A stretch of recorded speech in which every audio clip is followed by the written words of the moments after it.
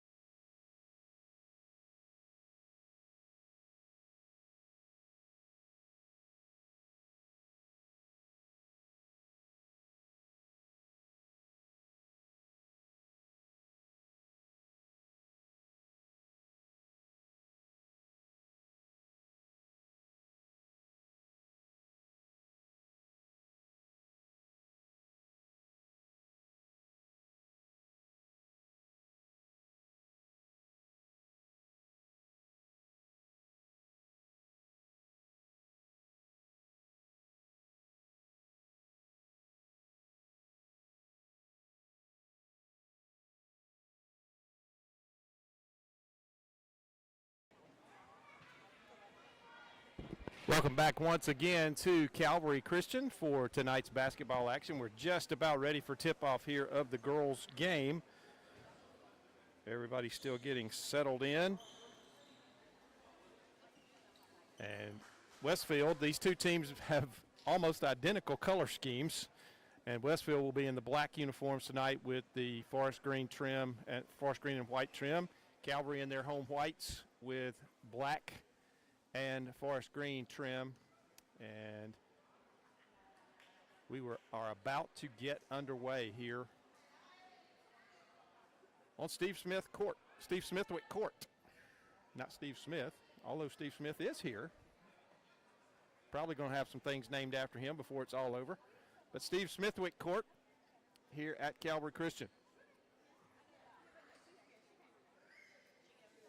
Jumping for Calvary will be Maddie Davis, and she'll be working against Mary Blake Brannon for Westfield.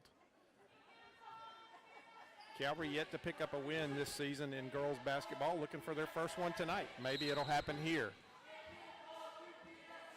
And the tip is controlled by Westfield. And knocking it out of bounds. Nice hustle there by Calvary's Charlie Spann. And Westfield will inbound. Student section starting to arrive.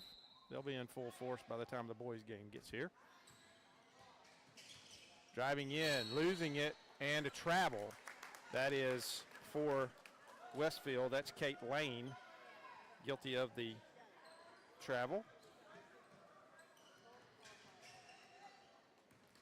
And Calvary has the basketball, and they will get across against a little bit of pressure, and then they're going to turn it right over. An errant pass. I believe that was Charlie Spann that made that pass, and it was a little bit too far in front of Maddie Davis. And Westfield will bring it across. Bringing it over for Westfield, Issy Diem. She's going to get it inside free throw line. Almost has it knocked away. And a nice pass down low off the glass. No good. Rebound fought for, and Calvary's going to control it. That is Allie Halstead who controls the basketball, and she'll bring it across for the Lady Knights. Spann with it now for Calvary. She'll kind of set the offense. Maddie Davis on the right wing, back to Spann in the jump circle. She's going to start a drive down the left side, going to get it off. And a shot from the free throw line, good. That is Belle Graham with her first bucket and the first bucket of the game for either team, and it's 2-0 Calvary. Looking inside, good pass inside, up and in. That is Mary Blake Brannon using a little bit of a height advantage there, but a great feed out of the corner from Kate Lane for Westfield, and now they're going to trap, and they're going to get a turnover. And Brannon's going to spin in the lane and score again.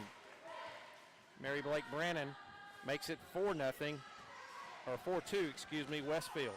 Calvary gets it across this time. Halstead with it, get it on the right wing for three. That was Spann. Shot is no good, last touched by Calvary, and a good job of shielding there by Kate Lane to keep that rebound from being touched by Maddie Davis. And here comes Westfield again. They lead it 4-2 early on here in this girls' game. Three-pointer on the way from the wing, good. That is Issy Diem, and she gives Westfield a 7-2 lead with the triple. And a trap and a turnover again in the lane, off the glass, no good. Rebound Maddie Davis. So the turnover this time doesn't lead to points, and that one is going to be, I believe, a foul that's going to be called on Kate Lane. It is. First foul of the game for either team, and Calvary will inbound. Trap is going to give Calvary a little problem as long as they continue to get the ball down in the corner off the inbound pass. And now they're going to trap at the half-court line, and they're going to call, let's see, they're going to give the ball back to Calvary here. And Spann will inbound for the Knights. Thought there might be a foul call there, but there was not. They're looking to trap every chance they get. Down in the corner, they set another trap over in that far corner, and this time there's a foul. And that's going to be the second foul on Kate Lane. And quickly, a sub will come in for Westfield. Molly Gunningham will be in.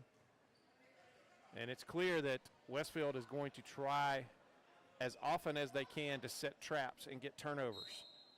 And they are really using the boundary and the corners to their advantage in doing so. Charlie Spann spread the floor. Maddie Davis looks inside down low. That pass just didn't have quite enough on it, but Halstead recovers, tries to get a shot up. It's blocked. And now here comes Westfield. Top of the key, Diem for three again, in and out, no good. Offensive rebound, and the shot is no good. That was Molly Gunningham, who just came off the bench, and the foul is going to be called on Calvary's Belle Graham.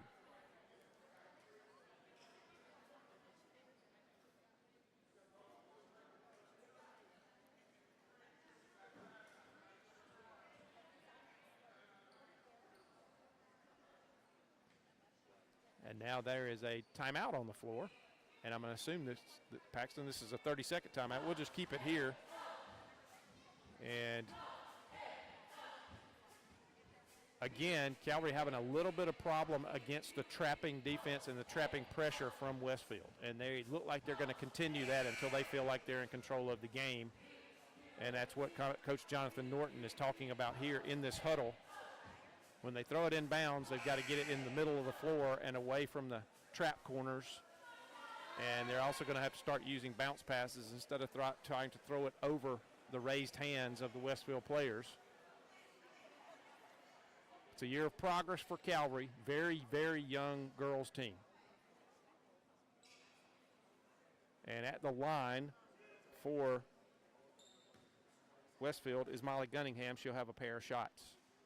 First one is up, and it bounces around and falls in good.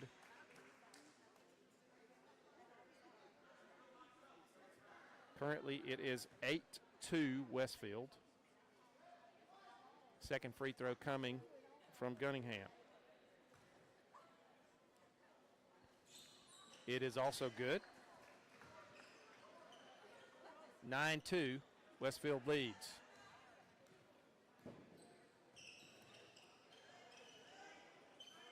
And Calvary gets it across half court. Charlie Spann starts a drive. And that's going to be a travel violation, I believe. Had her shot kind of knocked away and then caught it and took a couple of steps, and it's a turnover for Calvary. Diem with it, gets it down in the corner. Here's a whistle and a travel. That is on Kate Hardy for Westfield. And Calvary will get it in. This time they are not in the backcourt trapping. It looks like they're going to pick up with the 1-3-1 at half court and try to get a trap as quickly as they can. Shot from the wing by Halstead is no good. And here is going to be a foul. I believe that's going to be on Charlie Spann.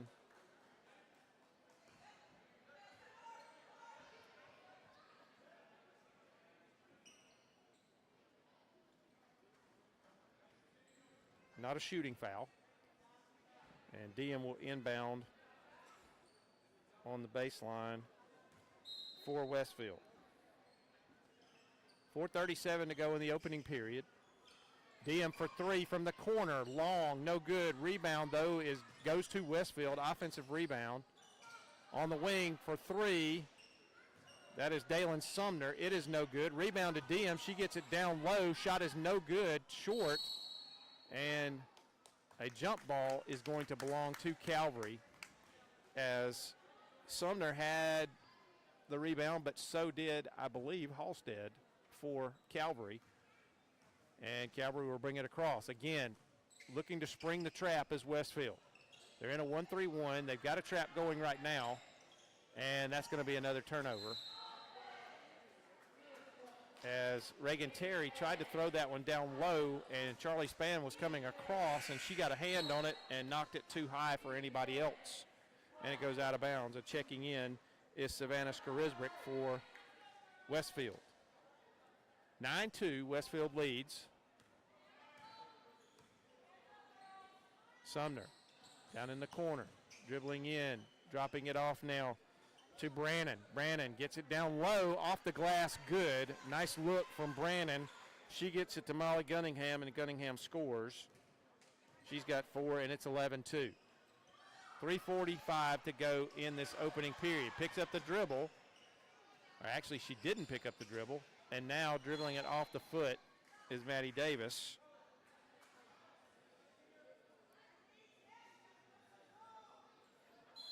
And avoiding the turnover there. Very aggressive defense from Westfield, and probably what you would expect playing an inexperienced team like Calvary. They're going to try to take advantage of as many turnovers as they can, and there's another one as Maddie Davis throws the fastball across court, but it was a little too high, sailed on her. And into the Westfield bench, and they will bring it across. And as you might expect also with a very young team, and a great pass, but a shot blocked. And Spann is going to come away with it for Calvary. And for some reason, she pulls up before half court. She had a little lead on everybody and probably could have got it on down the floor before the defense got back, but pulled it up. And there's another turnover as her pass over to Halstead a little wide and goes out of bounds. One of the hardest things to teach a young girls team is to slow down sometimes because they get a little bit impatient and trying to make things happen, and the result is turnovers. We've seen that so far tonight.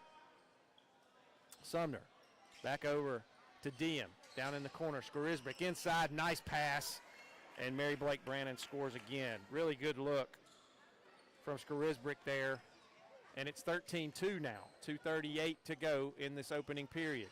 There's the trap at half court, but Calvary navigates it that time. Almost knocked away again. Maddie Davis going to drive, come inside. Her shot's blocked by Brannon. And here comes Westfield. 3-on-2 at the moment. Pull it up, inside, shot off the glass. No good, short. Got her own rebound. That's Gunningham. And she's fouled, and she'll shoot a pair. And that foul was on Belle Graham. That is the second team foul for Calvary. And Molly Gunningham will be at the line to shoot a pair again. First one is good. She's 3 for 3 at the line. 14-2 now. 2:17 in this opening period. Second shot coming from Gunningham. It is up and it is good. 4 for 4 at the line. She has 6 points, and she and Mary Blake Brannon are pacing Westfield at the moment. Nice pass. Good look from Charlie Spann, but knocking it away from Belle Graham was the Westfield defense, and Westfield gets a hand on it, and Calvary will retain possession as it was last touched by Westfield. Off the glass, good. That's Halstead. Allie Halstead scores for Calvary, and it is 15-4.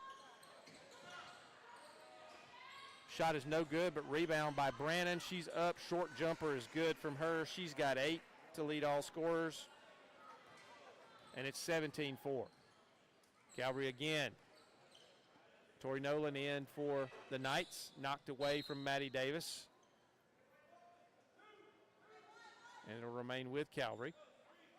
Spann will inbound.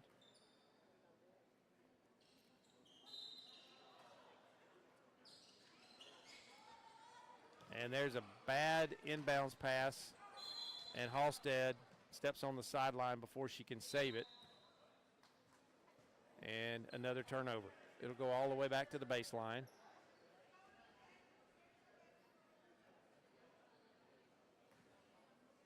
And here comes Westfield.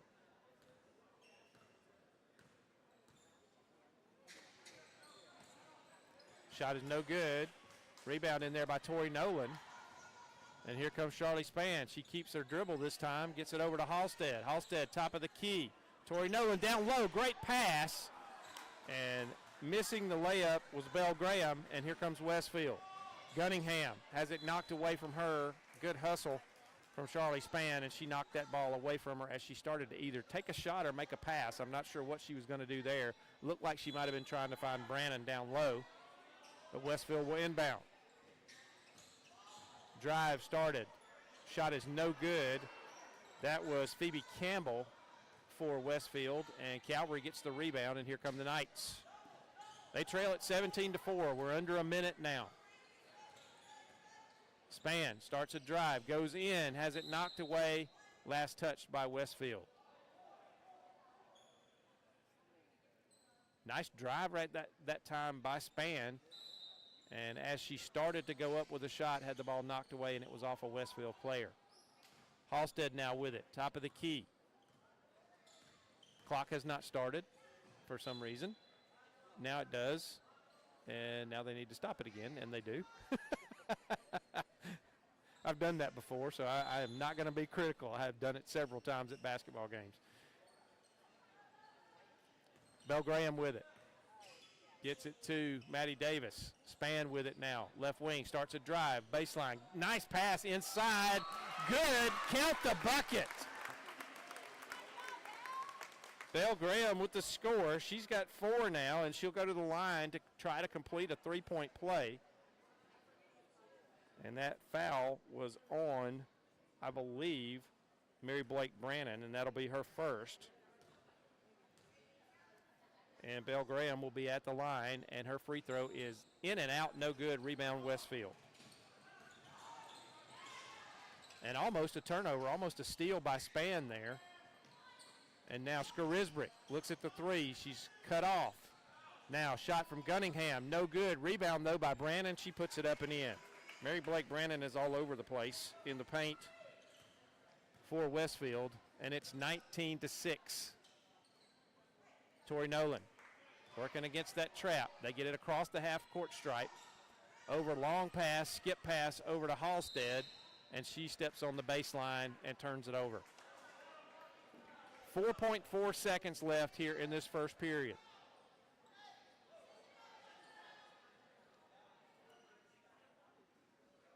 Inbounds to Westfield. They're going to hustle it across. 3 seconds, 2 seconds, 1 second, and there's your buzzer for the end of the first period. So, after one complete period of play, it is Westfield 19, Calvary 6. We'll be back in just a moment on Georgia Alabama Sports Live.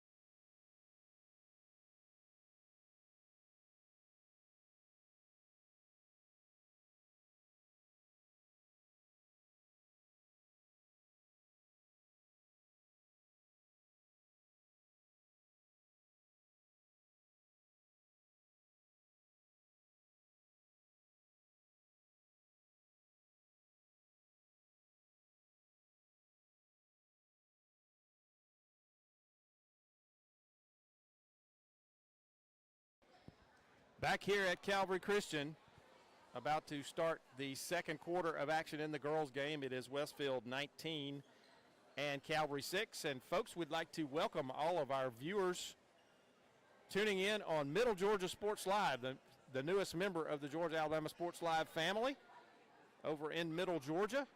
And we are one of our first broadcasts with them, partnering with them here. As Westfield is from their area, and hopefully the viewers are tuning in over there, and we appreciate all of the work that's gone into this partnership with Georgia Alabama Sports Live. And as always, we want to thank our presenting sponsors, Coca-Cola, Glenn Smith Chevy GMC, Valley Hospitality, and Houston Sports Medicine Clinic, and Jack Houston Hospital for all they do for sports here. And of course, we just failed to mention in the first quarter, it was the Carroll Purdue State Farm first quarter. And Carol would probably hit me if she realized that I didn't mention her name. So everybody, please give your appreciation when you can to Carol Purdue over in Phoenix City, longtime State Farm agent and a longtime friend of Georgia Alabama Sports Live. And now a turnover from Maddie Davis. It remains 19-6. Actually, each team has a turnover here early in this second quarter. Sumner will bring it across for Westfield. Back to Sumner. Down low as Kate Lane is back in the game. She has 2 fouls. She's going to have to be careful. And the shot was no good, I believe, knocked away before it was actually a shot, and Calvary controls it. Span is going to drive. She's going to kick it out now to Maddie Davis for 3. In and out, no good. Rolled around, just wouldn't fall. Rebound to Sumner for Westfield, and here comes Westfield down the floor. Skarisbrick looks back to Sumner for 3. Top of the key, good.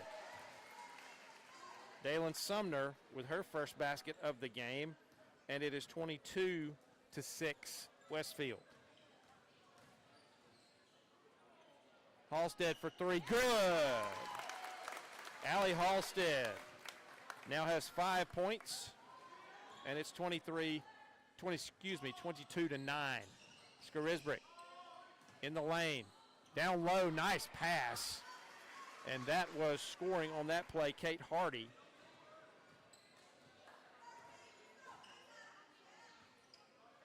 For Westfield. Tori Griffin, no, Maddie Davis cross court to Halstead. Another 3 on the way. This one off the rim, no good. Ball's loose. Westfield's going to come away with it. Skarisbrick has it. Gets it to Sumner. Sumner gets it down low. Now back to Skarisbrick. Short jumper, good. Good ball movement that time and unselfish by Westfield. And timeout to Calvary. This will be a full timeout. We'll take it with them. We'll be back here in a moment to Steve Smithwick Court on Georgia Alabama Sports Live.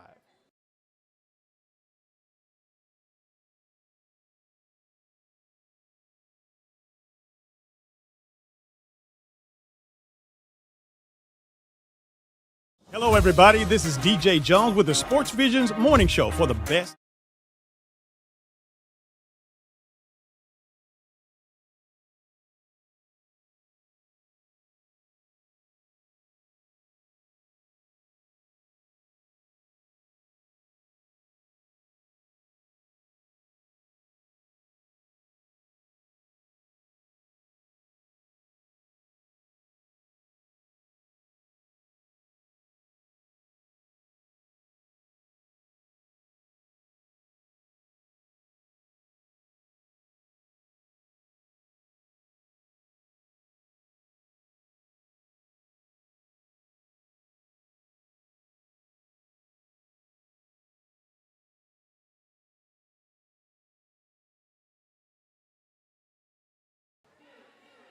Back here to Calvary Christian. 6:05 to go in the first half. Calvary will inbound on their baseline. They trail it 26-9 against Westfield. Charlie Spann trying to stay out of the trap. Picks up her dribble. They get it across. Now down to Ellie Stokes, who's in the game for the Knights. Back to Stokes, left wing. She gets it over to Halstead. Halstead gets it back to Stokes. Down in the corner and passes too high for Maddie Davis. Maddie Davis had started to come to the basketball and Stokes had released it and she kind of ran out from under that pass and it ended up being too high and going out of bounds. 26-9 Westfield.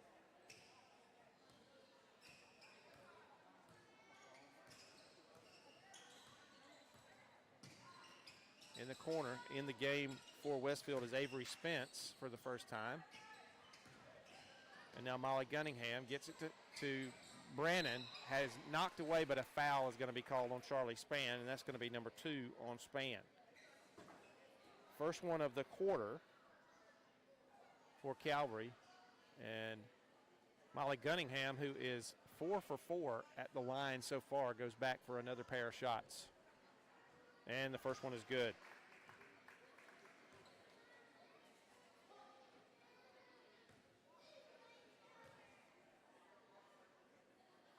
Second free throw this time is short. She finally missed one, but Brandon gets the rebound, gets it back to Gunningham, and she's going to be fouled before she started up with the shot. She will not go to the line this time. 27-9 is your score.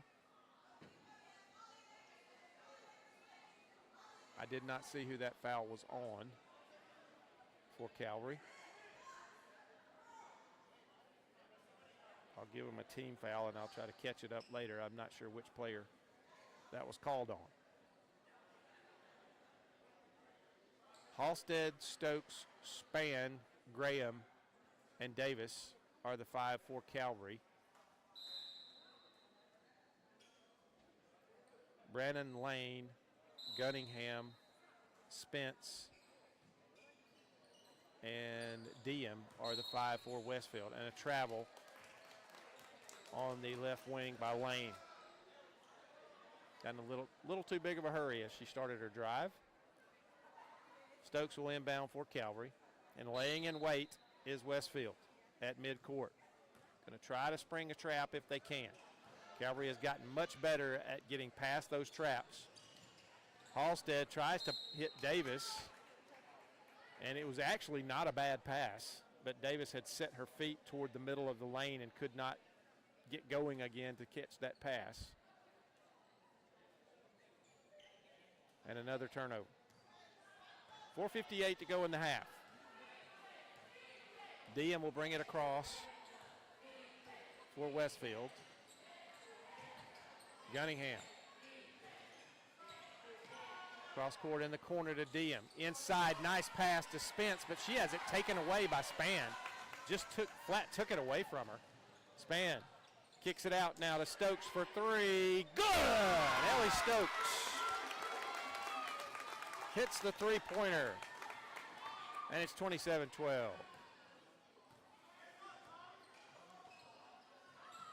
Three-pointer on the way, short, no good from Lane, and the last person to touch it, I believe, was Diem for Westfield, so the ball goes to Calvary. We talked about the youth of this team. There are two seniors, and every single other player on the team for Calvary is either a freshman or an eighth grader, and there's a travel by Maddie Davis. So 1, 2, 3, 4, 5, 6, 7, 8, 9 freshmen and 1 eighth grader and 2 seniors. That is what I call a young, very young team. Westfield with it. Brannon out on the wing, not her usual position. Lane inside the circle. And then here is an offensive foul on Spence. She kind of ducked a shoulder through and pushed with an elbow or a forearm there and got called for the offensive foul. And I apologize. That is, no, I am correct. That is Avery Spence. I was looking at the wrong side of my score sheet here. And it's knocked out of bounds. Last touch by Westfield. Calvary will retain possession. They set the inbound play. In the corner, Halstead right into a trap, but right back to Spann. And Spann throws it over the head of Ellie Stokes and out of bounds, and a turnover. And Ellie Stokes is coming up limping right there with a wince on her face. I don't know what she did, but she's in a little bit of pain. 3:38 to go in the half. And some subs in for Westfield. Addie Kate Cox is in. Skarisbrick is in. Kate Hardy is in.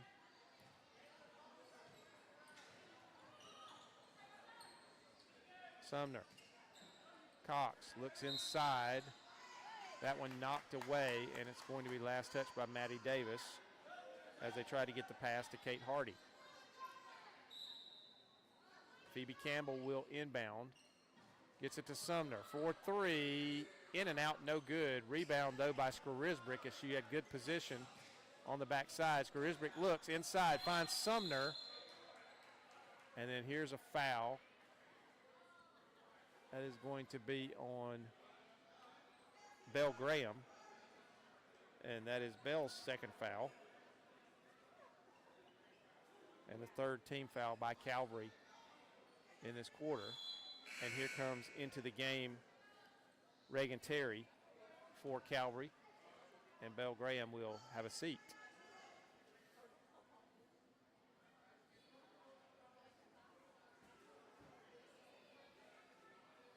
Always the teacher, Jonathan Norton on the far side. And a travel. Phoebe Campbell took a step before she started her drive. When you have a young team like this, you have to play the role of very patient teacher the entire season, and you look for baby steps and improvement every time out.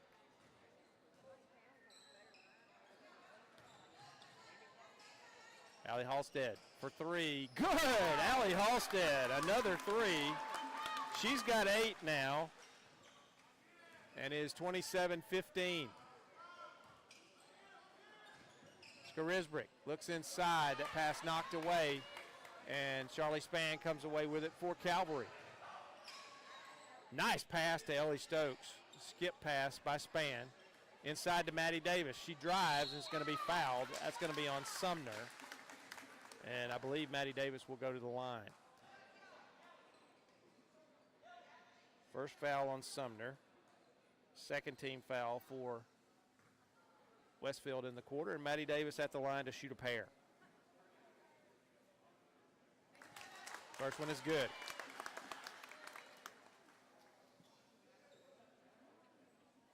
(27-16), 2:40 to go in the first half. Second free throw is good. First 2 points for Maddie Davis. And it's 27-17. Calvary's cut it to 10. Cross court to Sumner. Spins around. Phoebe Campbell looks down low. That's going to be last touch by Calvary. It was intended down there for Kate Hardy.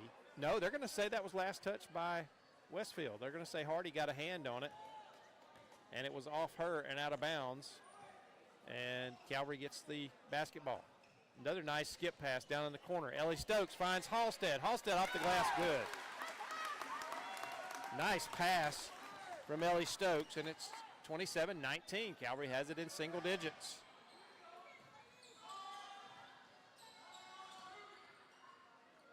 Skarisbrick loses it, trying to make a pass, and it's going to be tied up. It'll belong to Westfield. Skarisbrick, as soon as she started to make that pass, she saw the defense close and tried to hold it, but it was already out of her hand.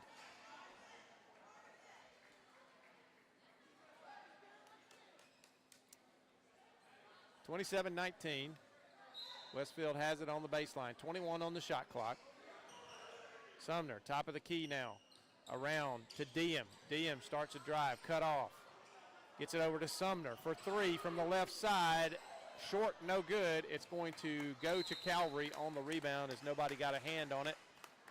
So another good empty possession for the Calvary defense, and they've got a chance to cut further into this 8-point lead. Charlie Spann. Good job getting it off, avoiding the trap. Halstead looks inside. That's going to be knocked out of bounds. Let's see. It's going to stay with Calvary as it was knocked away from Maddie Davis.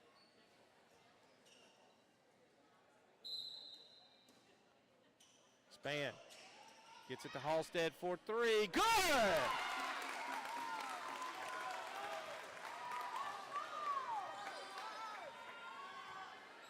Allie Halstead, have a day. And that pass stolen by Maddie Davis. Another turnover. 27-22 is your score. Ellie Stokes drives, kicks it out, and she's fouled. I believe that was on number 10, Kate Hardy for Westfield. Third team foul. And Spann will inbound on the baseline. Oh, and she can run it down here. It is not a backcourt violation. Nobody touched it, but now they've got to come back against the pressure and avoid the trap. Spann with it. And they weren't there ready to set that trap, and that's a good thing. Spann drives, and she's going to get pushed. They're going to call it a two-shot foul. I believe, did they call that on Diem? I believe they did. They had to. She's the only one whose number started with a 2. And that is 4 team fouls on Calvary. They'll be in the bonus the rest of the way. Free throw was no good by Charlie Spann. Second one also no good. Rebound to Brannon for Westfield. Nice ball movement up off the glass. No good long. Brannon, though, grabs the offensive rebound, lays it in. Her first points of the second quarter. She's got 12 to lead Westfield, and now it is 29-22. Nice pass inside from Halstead, and a jump ball is going to pull it to Calvary. Maddie Davis tied her up. Maddie Davis had the ball taken away, and then she tied it up. Halstead zipped a pass into her, and as she spun, she had the ball knocked away, but then immediately tied it back up and got the jump ball. That pass mishandled by Spann. Here comes Westfield. Diem leading the break. She's going to pull it out at the free throw line. Now she's going to kick it over for three. No good, short. That was Kate Lane. And then on the other side, Molly Gunningham's shot was no good, but she was fouled. And the foul over there is going to be on Reagan Terry. And that is 4 on Calvary, so now both teams are in the bonus the rest of the way, but only 24.4 seconds left. At the line is Kate Hardy. First free throw is good. Hardy has 3 now. 30-22 is your score.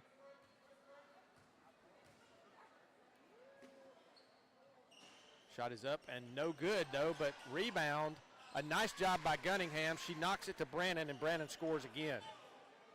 14 points for Brannon in the half, and it's 32-22. And Calvary turns it over. Brannon ends up with the steal. Cross-court pass almost stolen, but getting it back and throwing up a shot that almost goes in was Kate Lane.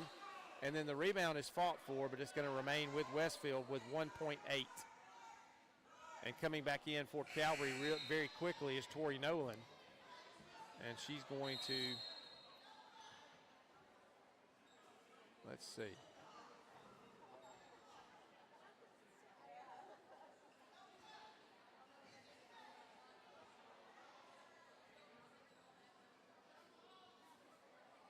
I'm not sure what they were discussing there.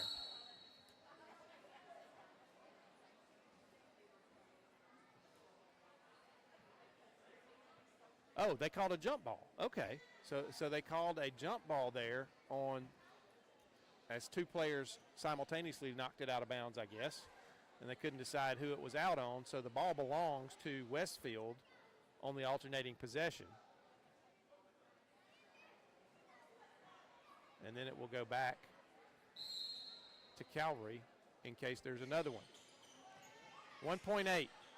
Looking to get it in and hang on. Let's see what this is. I believe there's a foul.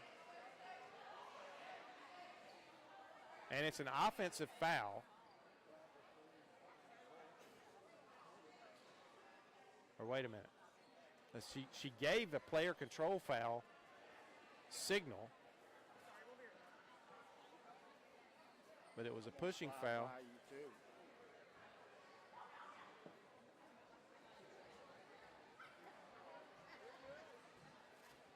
And let's see. The foul was called on Tori Nolan. I'm figuring that out now. It was called on Tori Griffin. I'm sorry, not Tori Nolan. Tori Griffin. Foul was called on Tori Griffin. The horn sounded. Not sure if it was touched inbounds so that they've got to adjust the clock. But it was on the inbounds play, so I believe it should remain at 1.8 because the whistle came before the ball was inbounded. The officials are discussing.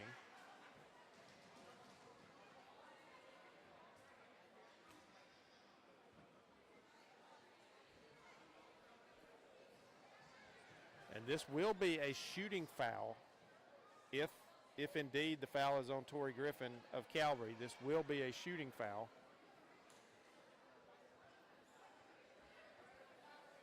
And I do believe they're going to leave it at 1.8 on the clock.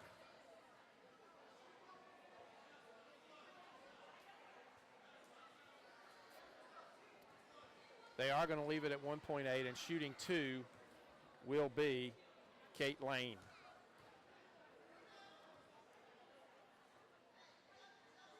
First free throw is good. 33-22.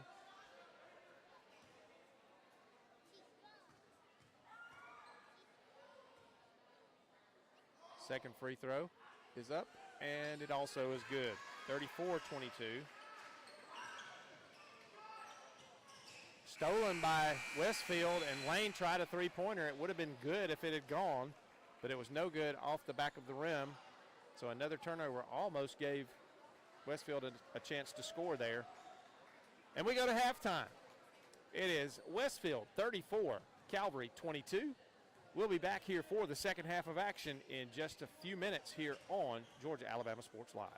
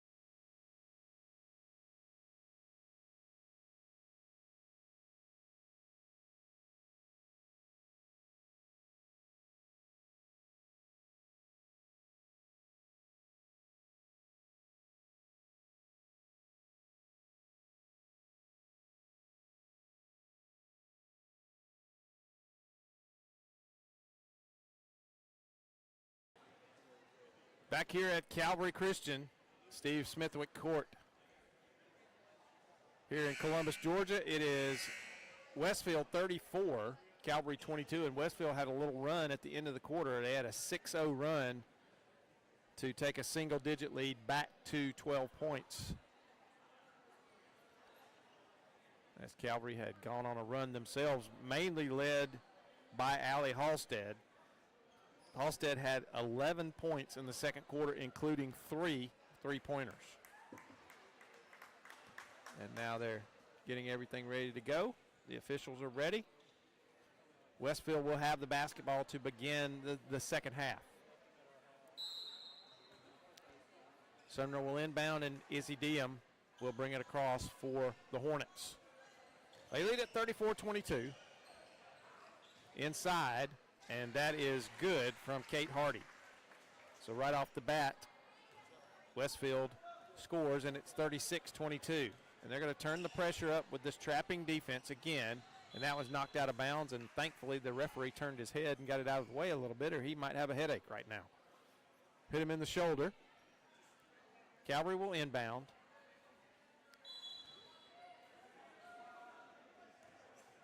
Very early in the third period. And that is a turnover from Charlie Spann. She tried to get it down in the corner, and her pass was way too wide. And Westfield will bring it across. They forced a ton of turnovers in the first half, but Calvary made a nice comeback in the second quarter due to some hot shooting and figuring out how to break the press. Now down low, Brannon works, kicks it over in the corner for Sumner for 3. No good, long rebound. And that was Kate Hardy with the rebound, and then the ball knocked away and on the floor, and there is a foul. It is going to be on Calvary, and that is going to be on Charlie Spann, and I believe that is number 3 on Spann. Izzy Diem for 3, short, rebound to Spann. She'll bring it across. Looks in her rearview mirror to make sure nobody's coming up behind her. Starts a drive, and she's going to be fouled. I believe that was on Sumner for Westfield. And into the game is Gunningham, and she takes the place of Kate Lane. Now that foul might have been on Kate Lane. It was on a single digit, I know, and I couldn't see for the official. He had it in front of his body.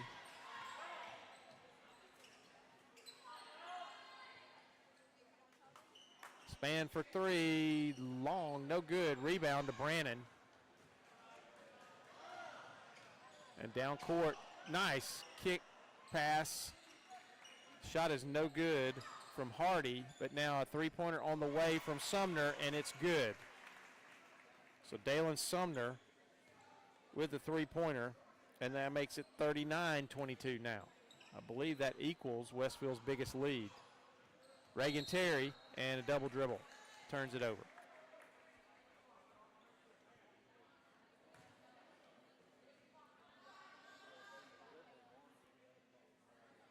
Five straight points for Westfield to begin the half. 6:13 to go.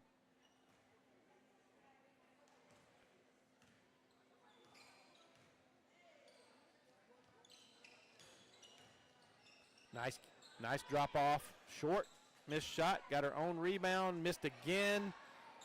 That is Molly Gunningham. She's trapped on the baseline, and they're going to call a foul on Calvary. Let's see if I can catch the number here. That's going to be on Belle Graham, and that is Belle Graham's third foul. And coming in is Tori Nolan for the Knights.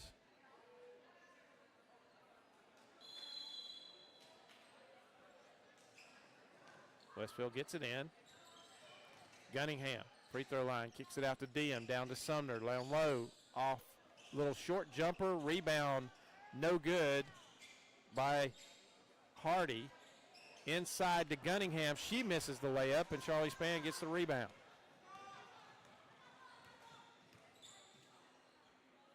Three-pointer on the way. Reagan Terry banks it in. The bank is open on a Friday night here at Calvary. And timeout on the floor. This is a 30-second timeout. We'll just stay here. We were just talking in the halftime break about the college football playoff as Indiana and Oregon will get things underway here in about 30 minutes, I believe, up in Atlanta. And a lot of people will be tuning into that one tonight. I know Paxton and myself have Indiana in our poll, or in our pool. Picked them to win the whole thing. I did not have Indiana play in Miami, however, in the championship game. I don't think anybody did. Maybe a diehard Miami fan picked them just out of emotion, but I don't believe anybody that would look at things on paper would have thought Miami would be in the championship game. I don't think anybody thought Miami and Ole Miss would have been playing in the semifinals, to be honest. But what a game that was last night. Westfield brings it in now. Izzy Diem at the top of the key. Gets it over to Gunningham. Back to Diem. Over to Sumner. Back out top. Gunningham gets that one through her hands. And she's going to foul Allie Halstead here, as she waited on Halstead to touch the basketball and then tried to take it away from her and ended up with the foul. It was a smart play, actually, by Gunningham, because if she touches it, it's a backcourt violation and a turnover. But she waited for Allie Halstead to put her hands on it and then tried to take it away and was almost successful. Calvary has it. Span kicks it back over to Terry. Terry down in the corner. Halstead for three, just short. Maddie Davis with the rebound, goes back up, has it knocked away. I think it was partially blocked, and then she's going to be called for the foul as she tries to take it from Brannon. But a good job by Maddie Davis. Just couldn't get that shot to fall. And they're going to restart things here as the horn accidentally blew.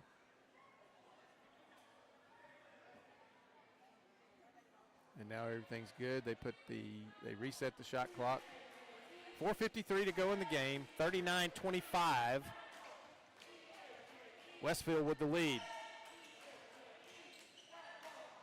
Low to Brannon. She's triple teamed. Gets it out though to Sumner. Sumner starts a drive. Cut off by by Griffin. And rebound over there by Reagan Terry on the missed shot. Sorry if you're related to Tori Griffin. I apologize for calling her Nolan. And there's a reason for that. I won't go into it. But I knew somebody very well named Tori Nolan. So Halstead has her shot blocked, but she gets caught in the side of the head by the arm there. And that is going to be called on Diem, not on Mary Blake Brannon. Second foul on Diem. Second team foul. And the first free throw from Halstead is good.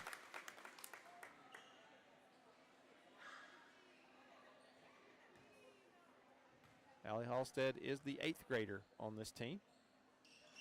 Second free throw is good. She's got 15 in the game and having a night. Sumner. Gunningham has that one knocked away by Charlie Span. And a foul is going to be called. I believe this is going to be, if this is on Span, it is not. It is on Tori Griffin. That's her second. Team's third. Not a shooting foul, and Diem will inbound it for Westfield. Gunningham kicked out. It's okay that it got into the backcourt. Halstead knocks it away, almost steals it. Good hustle from Allie Halstead, and knocked away from behind. I believe that was Tori Griffin who got a hand on it, knocked it out of bounds, and it belonged to Westfield. Diem inbounds on the baseline, gets it out high. Almost a travel by Kate Hardy. Over in the corner, Diem traveled. She bounced over there before she started her drive, and turned it over. And it belongs to Calvary. Reagan Terry inbounds. Span will bring it across. 3:42 to go in this third period. Maddie Davis starts a drive. Shot is no good. Halstead gets hands on the rebound. Tori Griffin. Span for three. Short. Rebound.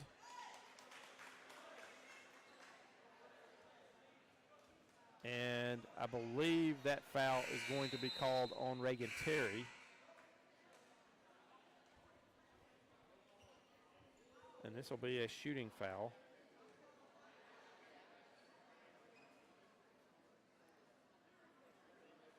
I had it at 4. They've got it at 5. So I missed marking one down on my team fouls. But it is now in the bonus for Westfield. I am far from being official over here keeping this, but trying to be as accurate as I can. Kate Hardy, first free throw, no good. Hardy has 5 points in the game, 3 of those in the first half.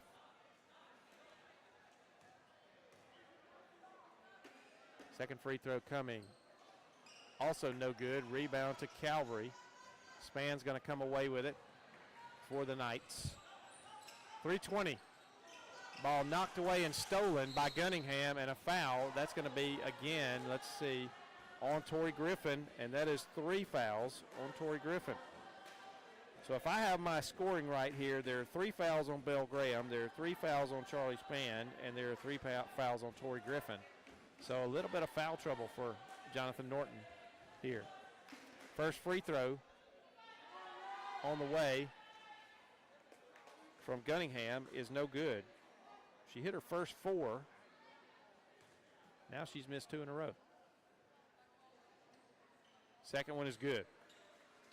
All I had to do was talk about her missing a couple, and that evidently is going to restart her streak here. So that makes it 40-27.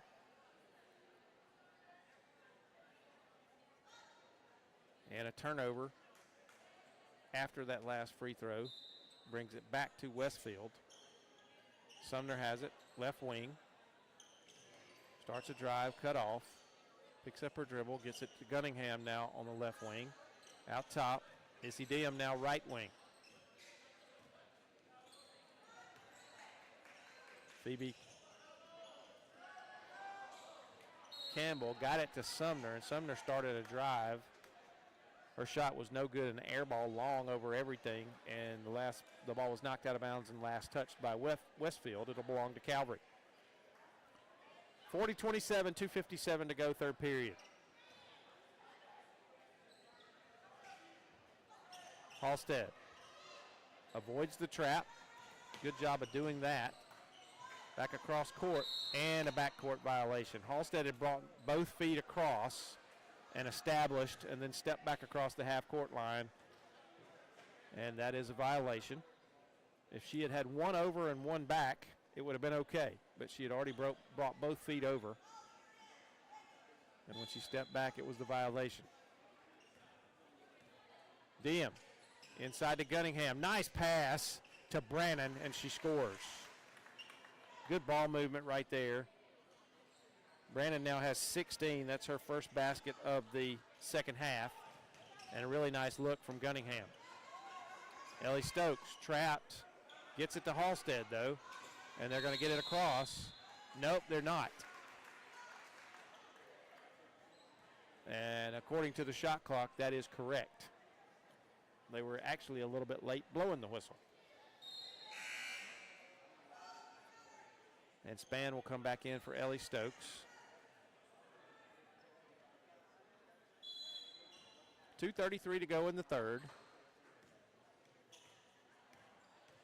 Issy Diem looks inside. Gunningham has that one knocked away by Span, and that ball was last touched. It last touched Span. Span thought that the Westfield player had kicked it out of bounds, but I believe it hit her shoe as well, out of bounds. And here's a three-pointer on the way. Short, no good. Rebound, Calvary.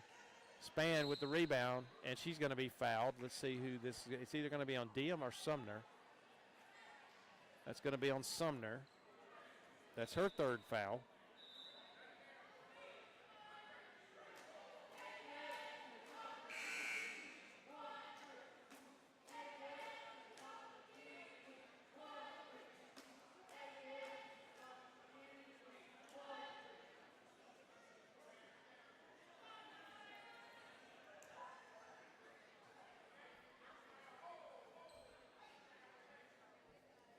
And that is, it's going to be on the next foul that Calvary enters the bonus. Westfield already in the bonus. Now Calvary will enter the bonus on the next Westfield foul. Span gets by the trap, gets it across half court. She's going to go all the way in, get it over to Halstead. Halstead's going to kick it out. Reagan Terry for a three, long, no good. Rebound, good job by Maddie Davis. And she's pushed. And that foul is going to be called on Molly Gunningham. And Maddie Davis will go to the line now to shoot a pair.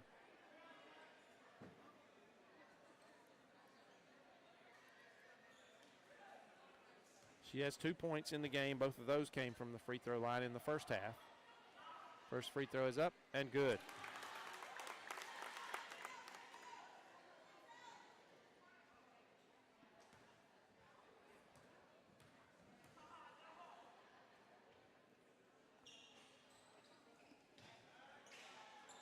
Second free throw, no good. Rebound to Westfield, and it's 42-28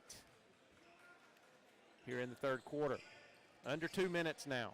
Gunningham has that one knocked away. Stolen briefly by Span, but she goes to the floor, loses the basketball. Scooping layup, no good. Rebound got in there by Phoebe Campbell, and she is fouled as she goes back up. She got her own rebound. Missed a shot, got her own rebound, and was going back up. Ball was knocked away, but she was fouled in the process, and she'll go to the line. Phoebe Campbell yet to score in the game so far for Westfield. Has a chance here at the free throw line. First one is up and no good.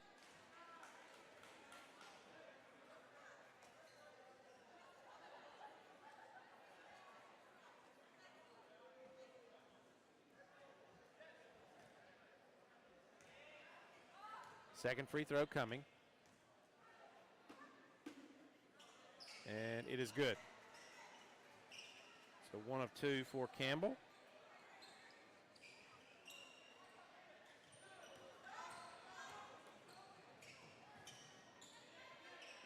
And it's 43-28.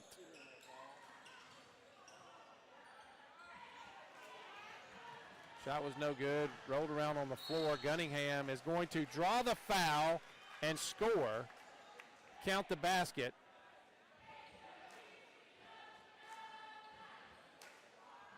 And that's going to be on Tori Griffin. I did it again.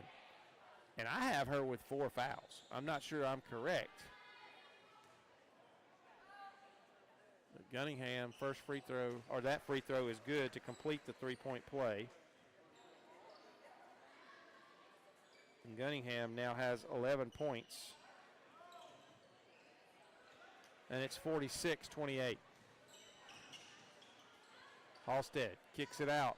Terry for 3. Off the glass, almost banked it in again. A little bit too hard. And now here's a foul on Span. And again, if I'm correct, this is Span's 4th foul. Now that's a big if. If I have it correct, that is her 4th. And at the line is Diem. First free throw is good.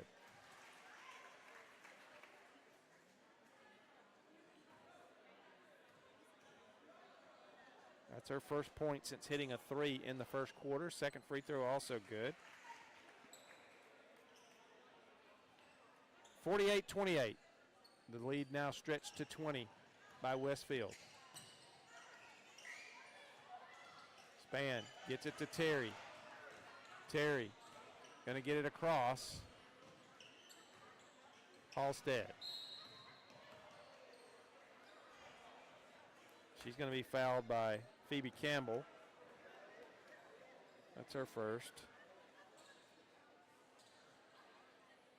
And Halstead will go to the line. Halstead has 15 in the game for Calvary. First free throw is good.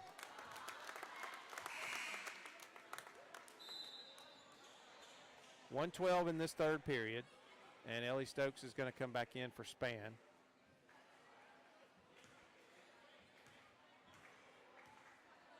Second free throw, short, won't fall in. Rebound to Westfield.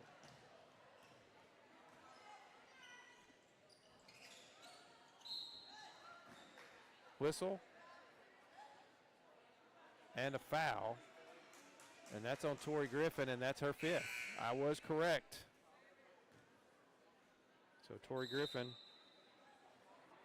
fouls out for Calvary here before the end of the third period with 1:02 to go.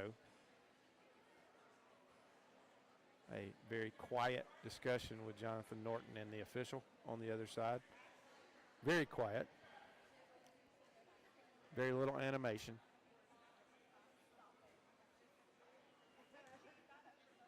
And Charlie Span is going to go back in the game as Nolan. They weren't supposed to give her the basketball because they had not put in the sub yet. The other officials weren't paying attention to the process over here on the fifth foul.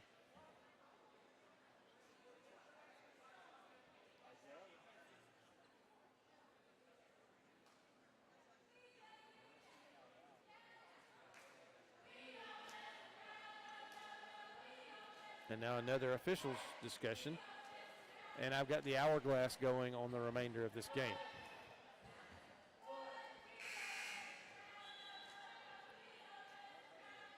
And here's another horn. Now we're all good. Now maybe we can shoot the free throws. First one is no good. This is Gunningham at the line.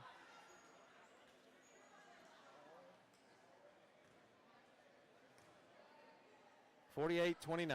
Second one is also no good. Rebound to Span, but she has it knocked away and stolen. And tying her up is Maddie Davis. That was Phoebe Campbell who grabbed the rebound, and then Maddie Davis tied her up, but the ball belongs to Calvary on the alternating possession. Span gets it to the middle to Stokes. Stokes gets it to Halstead. Halstead's going to drive. She's blocked by Brannon, and Brannon got her rebound.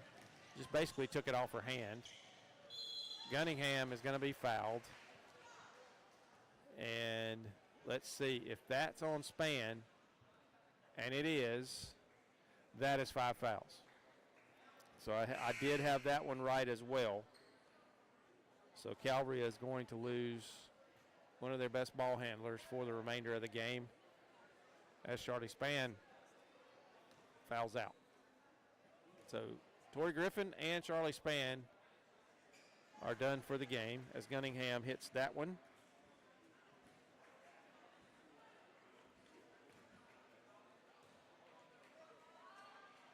.49-29. Second one is no good. Rebound to Belle Graham. And Halstead will bring it across for the Knights.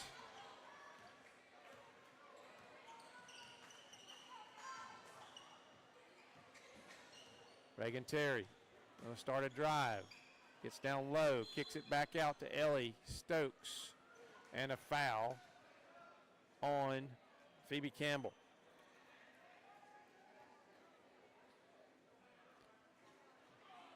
And Reagan Terry will go to the line for Calvary. 24 seconds left in this third period. Free throw's no good.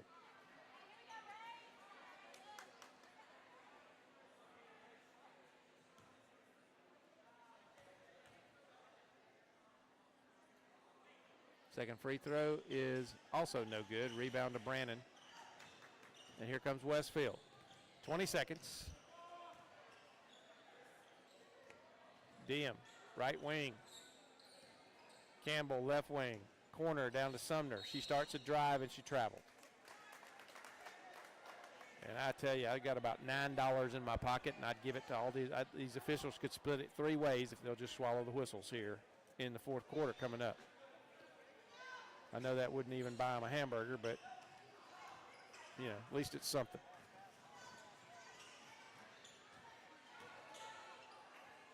Shot on the way from Halstead. She kind of forced that one up to try to beat the buzzer. It was short, almost a good shot. And that'll end the third period with Westfield leading 49-29 in this girls' game. We'll take a break. We'll be back here in a moment at Calvary on Georgia Alabama Sports Live.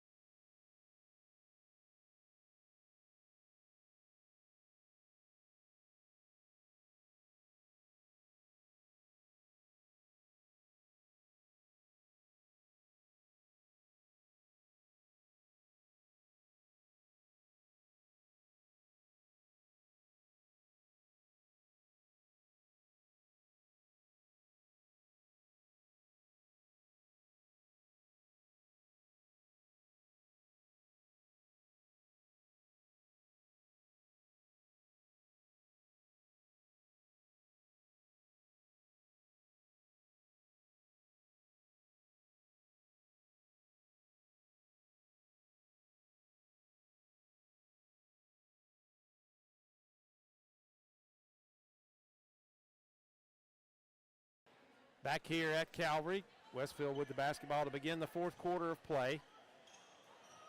Three-pointer on the way from Scarisbrick is no good. Offensive rebound.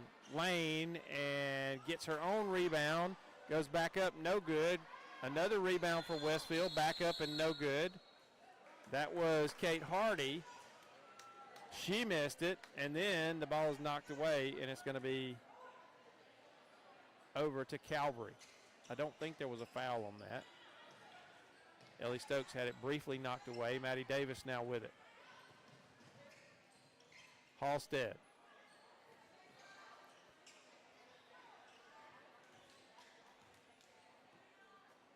Almost stolen. Ellie Stokes with it though, and she's going to score. Ellie Stokes with a mid-range jumper.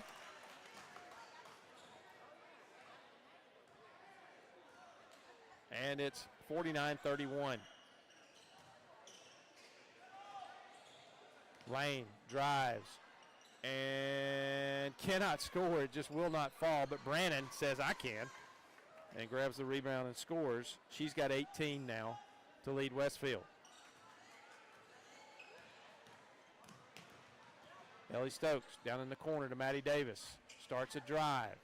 Kicks it out to Halstead. Kicks it back to Terry. Over to Ellie Stokes. Stokes, top of the key to Reagan Terry. Over in the corner to Maddie Davis. She starts a drive, gets inside, blocked, but it's going to be a foul. And I got to be honest with you, folks, that was a nice block shot, but they're going to call the foul. And I believe they called that on Brannon, unless they may have called it on Phoebe Campbell. At any rate, Maddie Davis misses the first free throw for the Knights.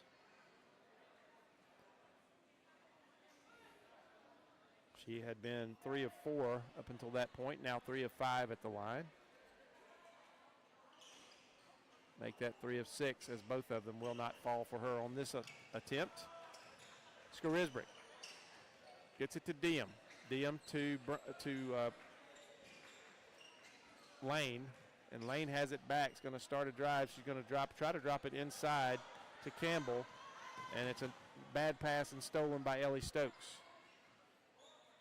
Reagan Terry. Stokes for 3, short. Rebound,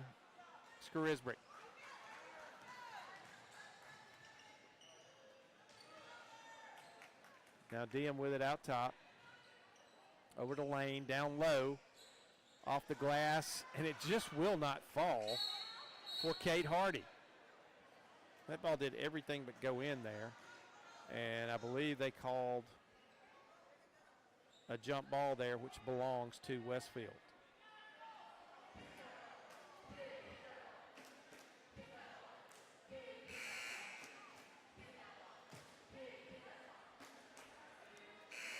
And now they're correcting it. It does belong to Calvary. I was going to say, and here's a timeout from Jonathan Norton. This will be a full timeout, so we'll take a break with him. We'll be back in a moment here at Calvary.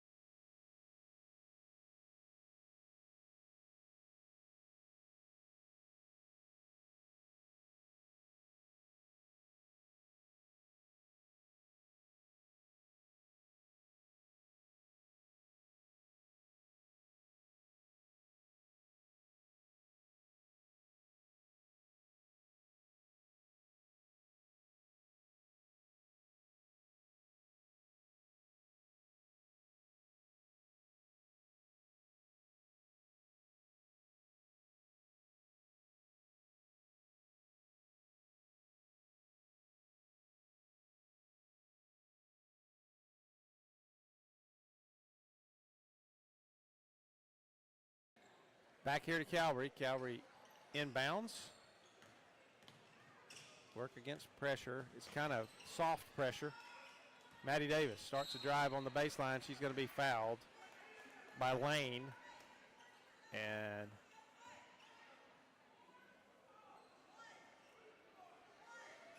that is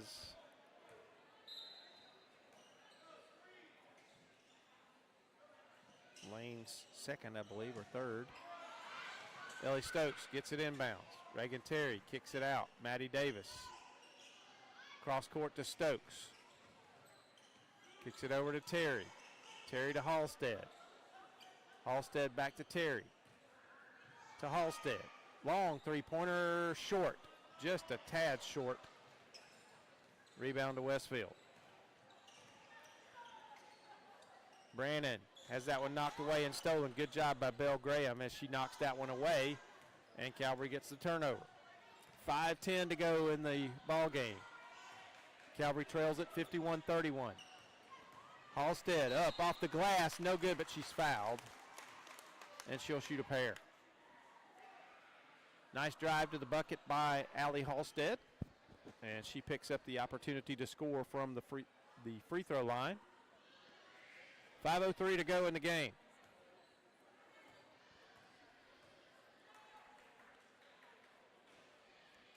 First free throw is good from Halstead. She has 17 now in the game.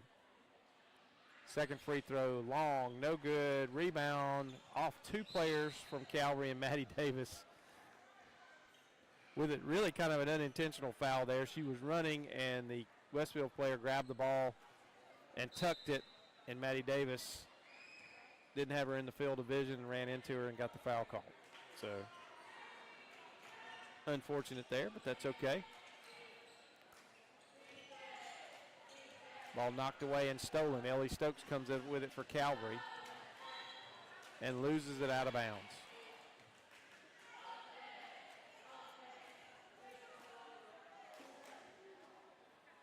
.443 to go in the game. 51-32.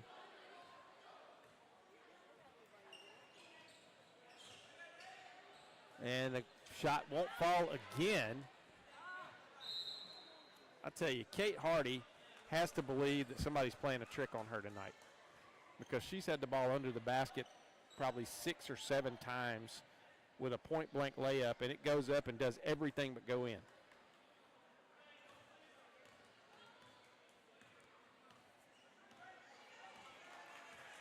Allie Halstead dribbles to her left, kicks it over in the corner for Ellie Stokes.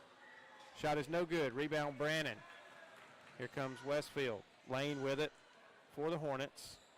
Diem now down in the corner. Skarisbrick gets it in the corner, or on the low block to Kate Hardy, and she's fouled from behind. And that's the second team foul for Calvary.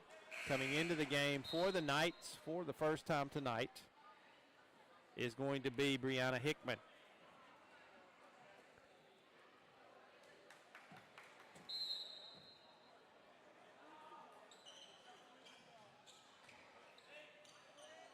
Issy Diem for three. In. Yes, it stayed in. It looked like it was going to pop out. But Diem gets the three-pointer, and it's 54-32. Diem's second three-pointer of the night. Three-pointer from Brianna Hickman is short. And rebound to Westfield.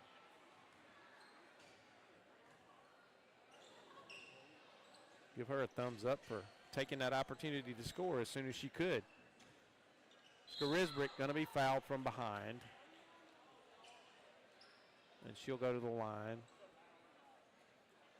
And that's going to be on Hickman. Third team foul for Calvary. Skarisbrick at the line. She has 2 points in the game. Scored that on a bucket in the second quarter. First free throw, no good.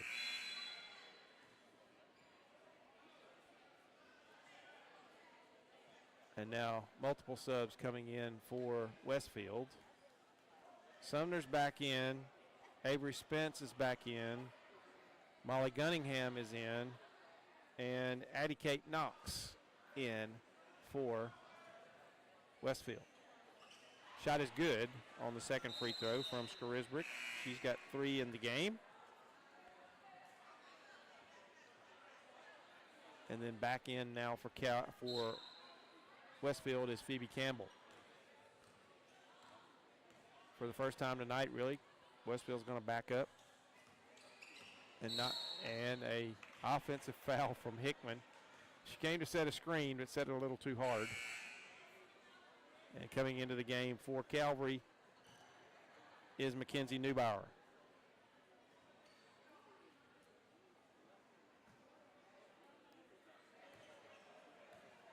So Westfield will be in the bonus.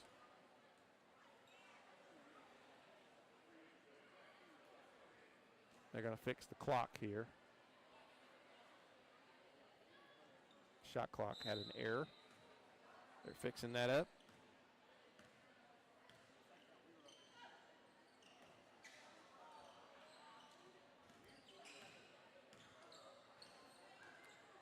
Sumner almost loses it out of bounds, but grabs it and stolen by Halstead.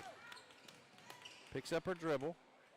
She's got help, though, and Ellie Stokes will bring it across for the Knights. 55-32. Reagan Terry, top of the key. Stokes with it.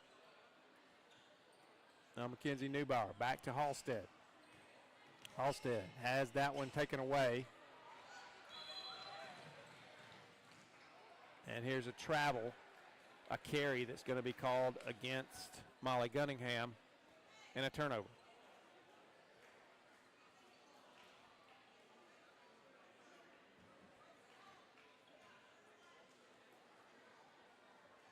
It'll be Calvary basketball.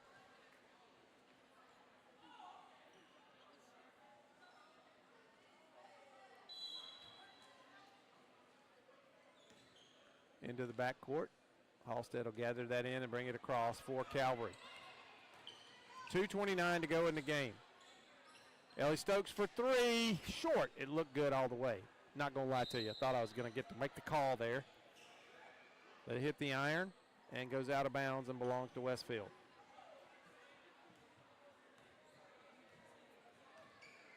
Sumner.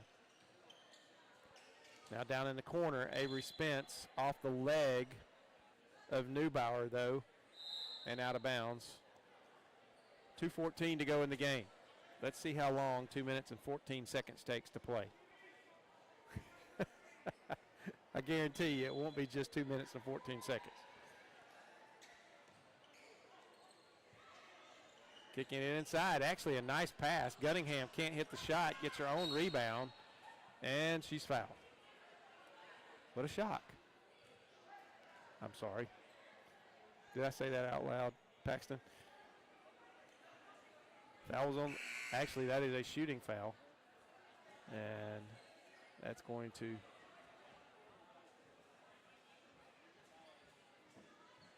take away from the tick down. And Gunningham will go back to the line for Westfield. She has 12 points in the game, and the first one is no good.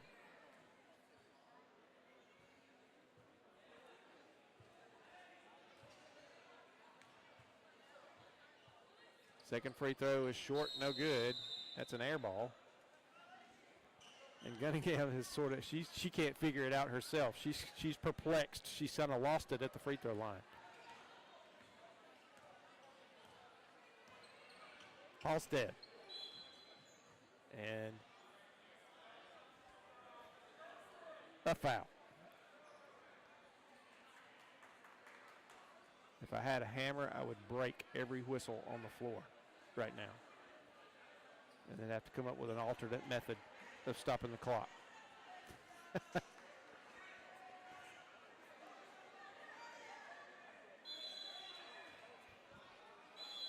And a timeout by Jonathan Norton as he couldn't get folks in the right place.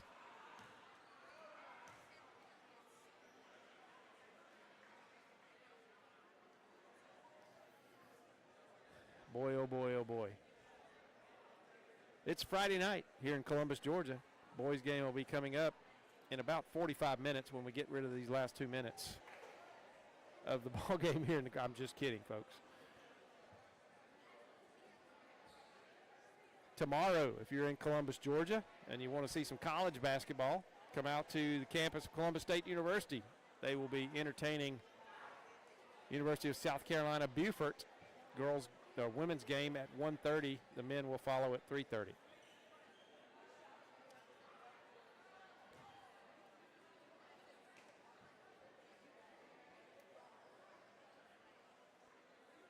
And before we sign off tonight, we'll have the All-State Alex Quinney All-State Good Hands Player of the Game. Allie Halstead brings it across for Calvary. She's had a great night. They played really tight defense on her in the second half, and she has not been able to get loose to get shots off, but Ellie Stokes has. She misses that one long, and it's a rebound to Westfield. And here's a whistle, and they call a carry. And Paxton, you know, the song from, what's the Disney movie, Let It Go? That just started playing in my head, and I want to sing it to the top of my lungs to these officials, but nobody wants that, so I won't. Halstead for three.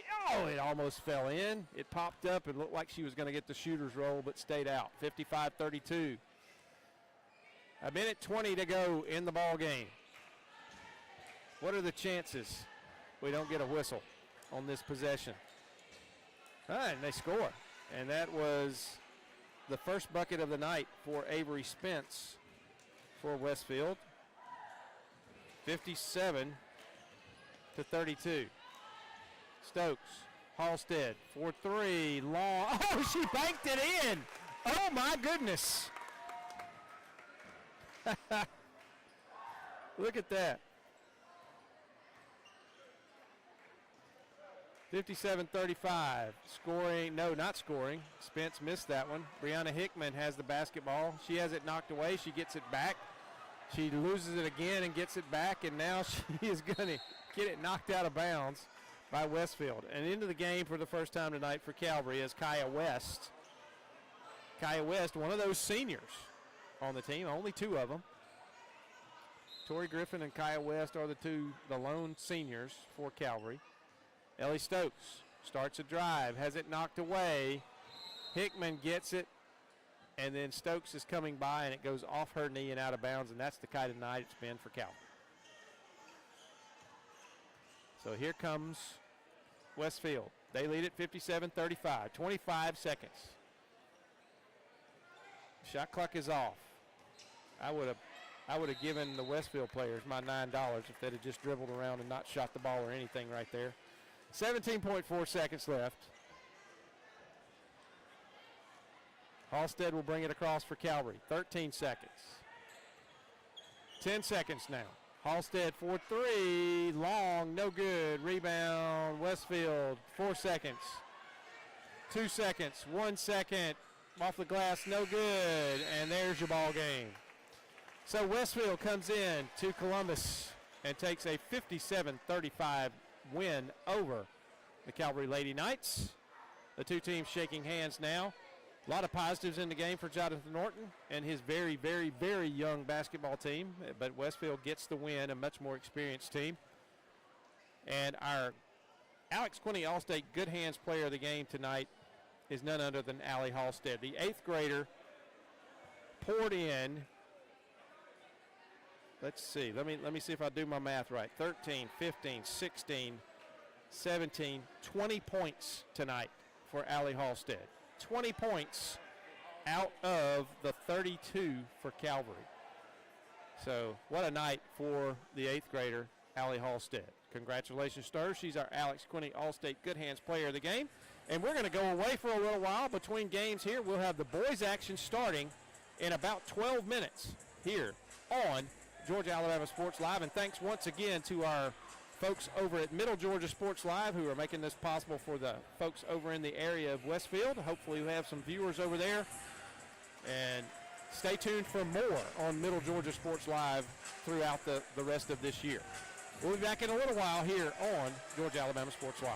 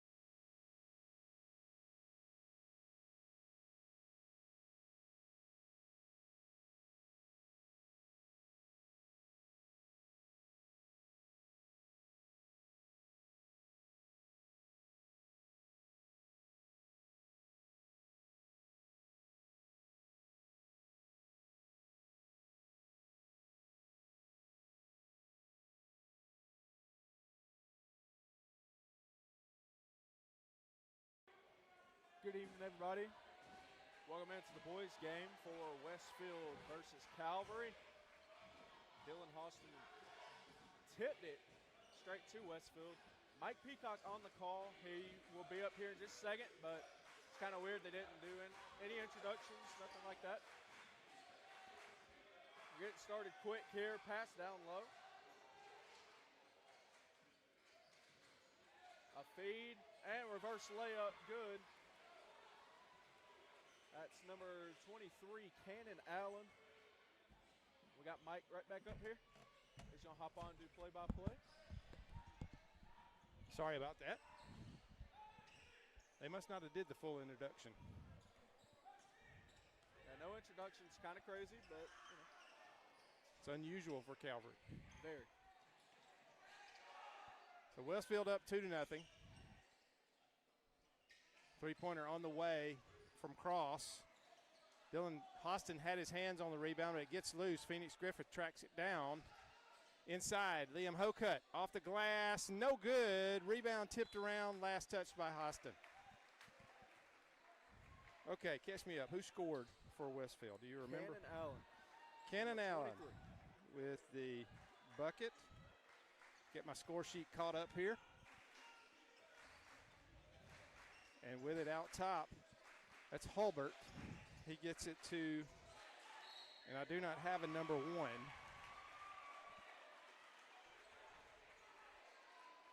Maddox Davies with the bucket there. He's fouled, and he's going to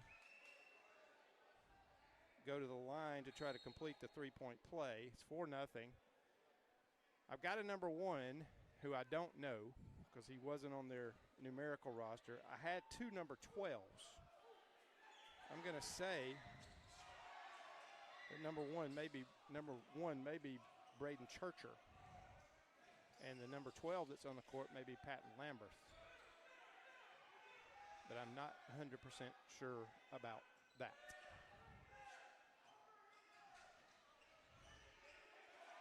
That ball stolen. And here comes Westfield. Shot is good. I'm going to say that that's Braden Churcher. I had 2 number 12s on the roster. I'm going to put him as number 1, and I'm going to call Patton Lambert number 12, and maybe I can find somebody from Westfield to get me correct on that. But he scores. That makes it 6-0, and Jonathan Gordon calls a quick timeout, a 30-second timeout, and he's got to get his guys to regroup here a little bit, Paxton, in the early going. Yeah, this game's starting out really quick. Calvary games usually are pretty quick, but I will say, you know, Calvary since Christmas break has really sort of taken that foot off the gas pedal a little bit, still trying to find their footing again coming out of a holiday break. And a bad pass from Cross. Full court man-to-man pressure from Westfield, and that was just a pass, a bad pass, too long. And Hulbert is going to kick it inside, blocked by Hostin. And Phoenix Griffith's going to finally track down the loose ball, and here comes Calvary. Welcome, everybody, in Middle Georgia Sports Live on our network there. Our brothers in arms over there, bringing this broadcast to you tonight, as well as here on Georgia Alabama Sports Live. Hostin will go to the line. He was fouled. I did not catch the number of who got that foul. And Hostin, one of the 3 impact players to watch here for Calvary. No doubt. The senior, and the first free throw is no good. Senior and, you know, incredible averages on the year. 16 points per game, 10.9 rebounds per game, and an outstanding 80% field goal percentage. Wow. So he scores the first point for Calvary, but it's still 6-1. And a nice pass, a nice give. That was Cannon Allen giving it over to Maddox Davies, and it's 8-1 now, Westfield. Griffith, Cross now with it between the circles. Gets it back over to Phoenix Griffith. Keyshawn Hall with it. Hostin going to start a drive. Switches hands, kicks it back to Keyshawn Hall. He starts a drive down the right side of the lane, in and out, no good. Rebound, Westfield. Calvary's still off to this slow start. Talented and young duo, guard duo in James Cross and Keyshawn Hall, 8th and 9th grade respectively. And Maddox Davis has 6, and it's 10-1 now. Cross drives it, has it knocked away by Hulbert from behind. And Paxton, I'm going to say that Westfield's going to have trouble keeping up this pace in this game. They already some of the guys look like they're out of breath. Yeah, definitely moving really quick. And as somebody who used to play in a fast-paced offense and defense, you do get winded very quick. Absolutely.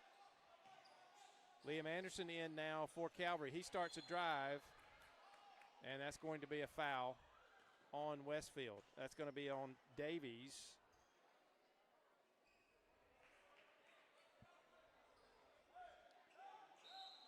And that's 2 fouls on Westfield so far.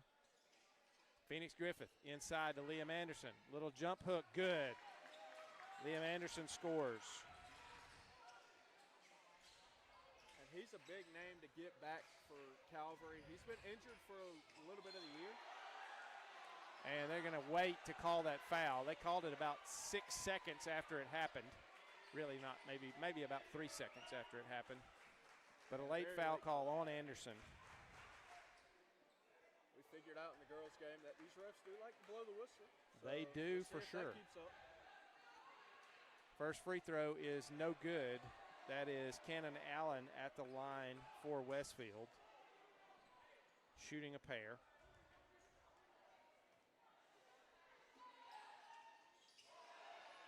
And a rebound goes to Westfield, a long rebound, and Matthew Chestnut is going to foul Patton Lambert there. You know, Matthew Chestnut, a young kid, but really coming into his own lately. You know, not too long ago had that, I believe it's 16-point game and one player of the game. So, you know, he's really getting comfortable on this offense. And, you know, if he's anything like his brother Malachi or Elijah, absolutely, he's going to pan out to be something great. Both of those were great players here at Calvary. Hulbert for 3 from the corner. High arching 3 is short, no good, but rebound by Westfield. That went to Patton Lambert. Churcher with it. Gives it off now. Lambert is going to leave it short. Rebound to Chestnut for Calvary. Manny Shepard, and he's bumped. And that foul is going to be on who we believe is Braden Churcher, but we're not sure. There were 2 number 12s on the roster and no number 1. And so I have assigned number 1 to one of the number 12s, and I hope I'm correct. I'll check the scorebook maybe at halftime. Manny Shepard gives it off to Griffith. Griffith just outside the free throw line, a little bit long, rebound to Westfield. That was, and I don't have a number 20 either. You know, I like that shot by Griffith. Just a smart one to pull up from the elbow. I mean, you know, if you're wide open, you got to shoot that absolutely. every single time. Manny Shepard kicks it over in the corner. Liam Hocutt for 3. Good! Liam Hocutt. That has quickly become Liam Hocutt's shot. That corner he likes that corner 3 for sure.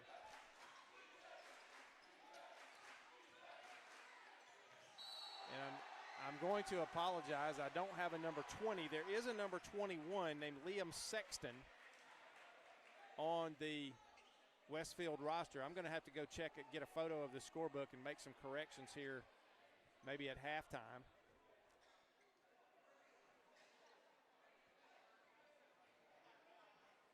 But I'm gonna maybe say this is Liam Sexton, but I'm not sure. The free throw is good.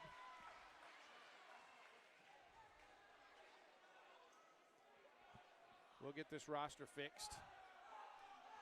We were using what was available to us on Max Preps. And he gets his own rebound. He's going to miss the layup, though. A rebound to Liam Hocutt. Missed the second free throw. And it's 11-6. I have 7. That's because I gave him a 4-pointer instead of a 3-pointer.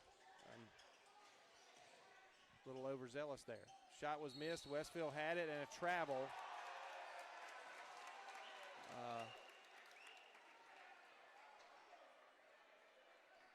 folks, don't forget, this is our Carroll Purdue State Farm first quarter of action here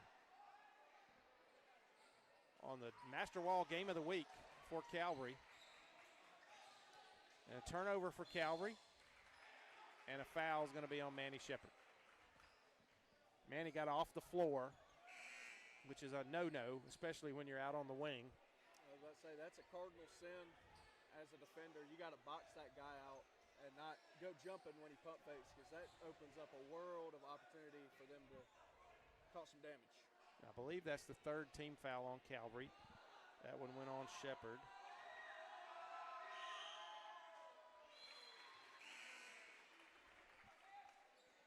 And I believe that free throw was good. I was looking down, writing on my scorebook here. And I'm putting scorers in here for people that I'm not sure that that's who they are, but that's the perils of not having a supplied roster every game. You have to depend on where you can get it from. Second free throw, no good. Hostin back in the game. He gets the rebound. Long pass down court. Cross with it. Little jumper off the glass. No good, too hard. Just a bit too hard. And the rebound came down to Big Sammy McGehee for Westfield. He's a load in there. And Sammy McGee, one of the guys to watch on that Westfield offense. You know, averaging 9 points, 5 assists, 60% from the field. And there's a three-pointer from our number one. We're going to call that Braden Churcher, but I'm not sure that's who it is. We're going to get it corrected. And a foul. Let's see. This is going to be on, I believe, on Dylan Hostin. Yep, that is a foul on Dylan Hostin. That is 4 team fouls on Calvary. Hulbert back in.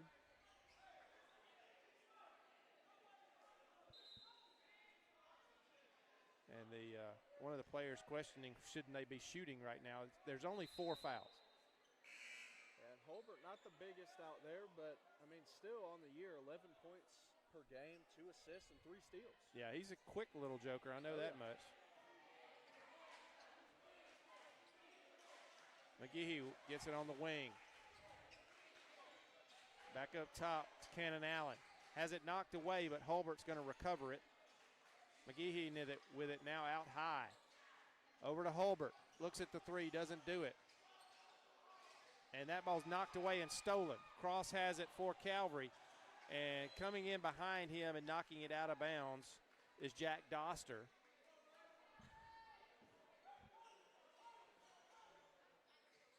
And Calvary will inbound. Hostin will trigger it in from the baseline. They trail at 15-6, a minute 48 to go in this first period. Keyshawn Hall leaves it for Liam Hokut. Hokut loses it, gets it back, and then loses it again. And Doster comes up with it for Westfield. And that was Hulbert on the poach there on that steal. And driving in, and good. No, it's going to be an offensive foul as he pushed off. That is on number 23, Cannon Allen. And that's a good call. And Paxton, I don't know if you saw that or not, but he put his forearm up and put it in the chest of Liam Hokut and got him some distance, and the referee was right there and saw it, called the offensive foul. Yeah, and that's a move you want to do if you're on offense. You know, if you get caught, you get caught. But, I mean, probably about 7, maybe 8 times out of 10, you ain't going to get caught on that. Correct. Nice pass from Cross to Liam Anderson. He misses the first layup but tips it in. And Liam Anderson's got 4. And it's 15-8. A minute and 8 seconds to go in this first period. Hulbert down in the corner to Doster. In the middle of the lane. Down low to McGehee. And Liam Anderson blocked the shot, but he got him with the body. And that's going to be the second foul on Liam Anderson. And again, they broke the rule there of getting off the floor, both feet off the floor. If he stays planted, he probably doesn't get called for that foul. First free throw from McGehee is good. That's his first point of the night. And Sammy's got one of those builds that it's hard to defend. You know, he's not super tall and he's not super wide. He's just built and he's stocky and he's hard to defend, and he proves it right there. Kick down to Hokut into Anderson, and very quickly hustling down the floor was Jack Doster to save a layup. As Liam Hokut made a nice no-look pass to Liam Anderson, and Doster came out of nowhere and knocked it away from Liam Anderson before he could get the shot off. Out high, Liam Hokut. He gives it to Cross. Cross, closely guarded by Hulbert out there. He's going to give it to Phoenix Griffith. Griffith around the left side to Hostin. Dribbles in, and he's fouled by Hulbert. And Hostin will go back to the line. He was 1 of 2 earlier. You know, with Hostin's size, I'm surprised he didn't go up and try to dunk that one. I mean, he was I right there thought in he was front of the going rim. to. I think he had a little bit too much traffic and misses the first free throw.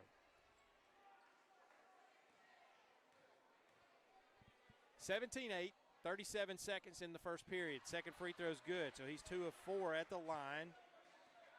17-9 now, and we're down to 30 seconds here in the first period. Hulbert, right wing. Down in the corner to Doster. Skip pass. Over in the corner. On three-pointer on the way from Patton Lambert. That is no good. Rebound Westfield. Blocked by Hostin. And finally scoring is Patton Lambert. As that ball was touched by numerous players on that possession, and here is a turnover on a bad pass out of bounds intended for Liam Anderson. And with 2.3 seconds, it's 19-9 Westfield. Calvary's going to have to regroup for that second quarter, Paxton. Yeah, you know, I think this speed and how Westfield has come out, that one almost did. It almost did, man. Really it was to Calvary, and it's been hard for them to keep up. It has. So we're going to take a break here into the first period. We'll be back here on Georgia Alabama Sports Live and on Middle Georgia Sports Live in just a moment.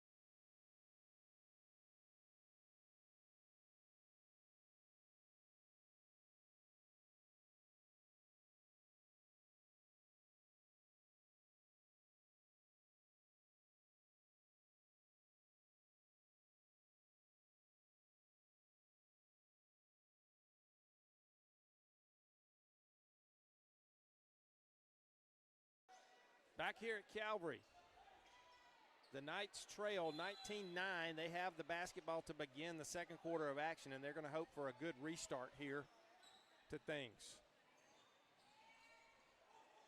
James Cross, Keyshawn Hall. He's going to get it to Phoenix Griffith. Griffith gets a pick. And there's a foul. That's going to be on Kenan Allen.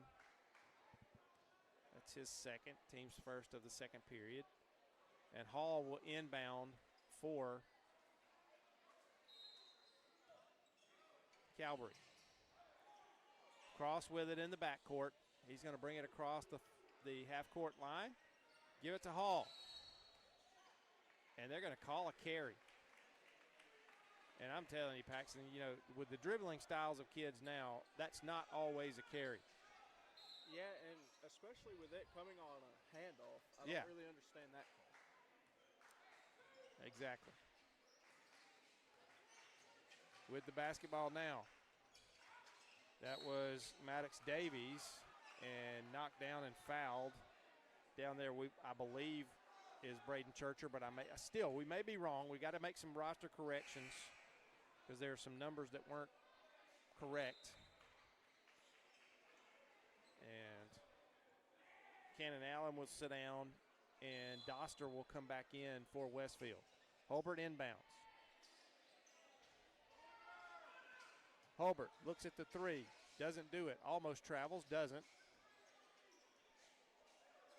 Inbounds, that is a bad pass. It's going to be taken by Liam Hokut off the carom. And here comes Calvary.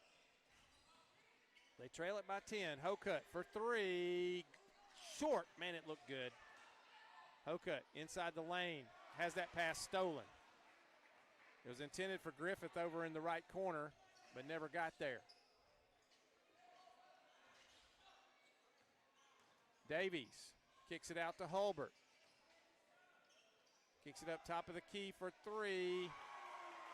And we're calling him Churcher, but I'm not sure that's where he is, but he hits his second three of the game. Number 1 for Westfield. Let's say the mystery man now scoring leader, 8 points. 8 points for the Hornets.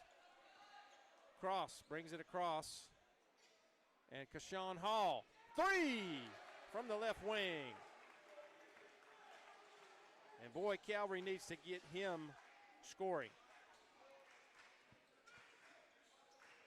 Yeah, when Keyshawn Hall gets hot, you better watch out as a defense. And that layup is no good. And boy, Westfield is everywhere. They are getting in the passing lanes and getting hands on a lot of passes going through here.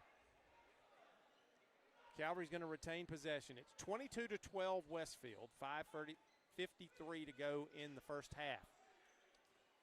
Cross is going to bring it across for the Knights. Down low to Hostin. Over in the corner to Hokut. Phoenix Griffith around to the corner for Cross for three. Good. James Cross. Excellent ball movement by Calvary on that possession.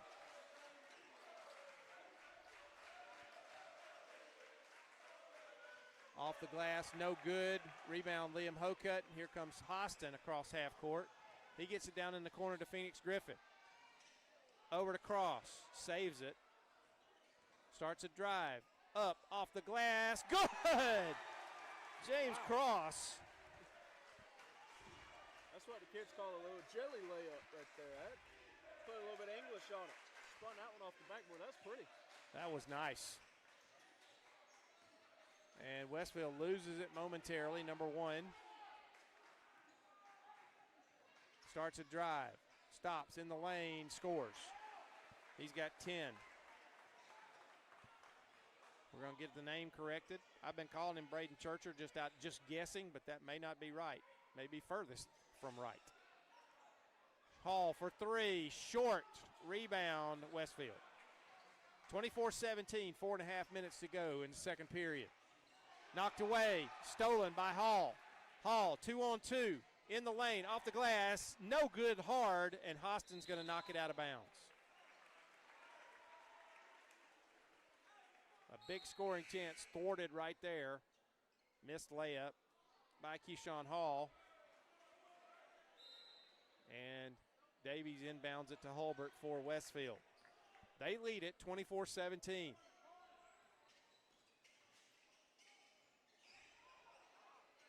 Holbert for three, off, it skims the glass, and there's a rebounding foul going to be called against Patton Lambert for Westfield.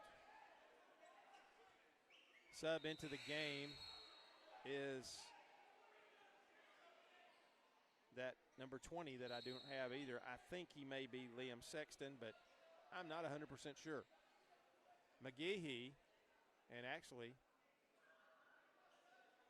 the refs didn't bring either one of the subs in, so they make them go back over and check in again.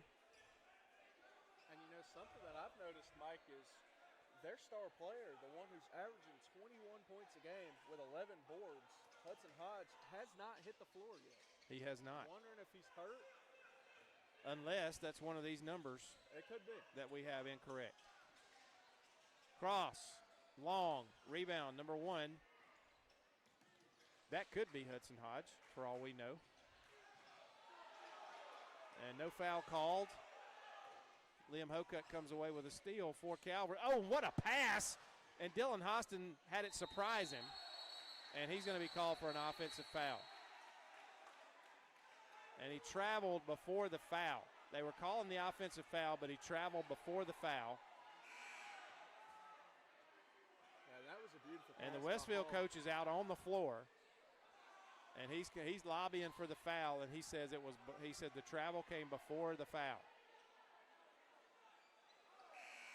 So no foul on Hostin, and Calvary says thank you very much for that. Yeah, but going back to that pass from Hall, I mean, that was as good as you could hope. Oh, it was. I mean, he did put some pepper behind it, but, I mean, you hit Hostin right in the chest, down low by himself. That's a dunk, 2 points waiting to happen. And a momentum swinger possibly. Yeah. McGehee with it for Westfield. Holbert, wide open, is going to hit the layup. Ben Holbert.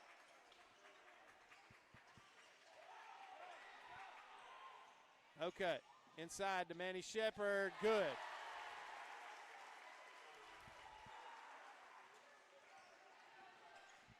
(26-19) now. McGehee on his knee, timeout, Westfield. That's going to be a 30. We'll keep it here. Quick timeout called by the coach.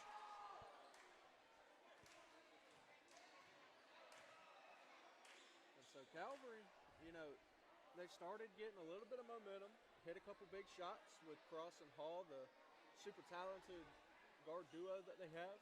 They need to get them more involved. Austin, of course, you know, he's missed a few opportunities tonight, but for the most part, I feel like Calvary has been playing okay, but I really think it's just the speed of Westfield that is really messing with them. Yeah, Westfield, a lot of quickness. They're getting hands in those passing lanes. They're getting their hands on the ball. And Calvary just probably needs to calm down just a little bit and not try to equal that adrenaline that Westfield's playing with and play their game of basketball.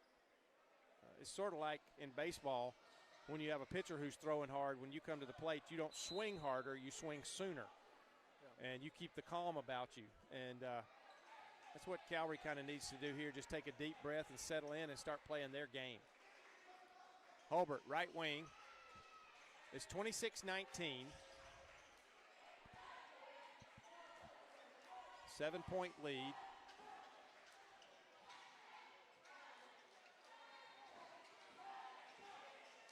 Manny Shepard into the game, and Holbert just throws up a shot, and it was bad. And let's see, they want to know, they're going to check, see if Shepard got a hand on that ball. I really don't think he did. I think that was just a questionable shot. Maybe he was trying to draw the foul there. And it's going to belong to Westfield. They're going to say he did get a hand on the ball. The shot clock was running down, and that's why he threw that up like he did, because the shot clock was running down, and it is a shot clock violation. And that is the correct call. And they get it right.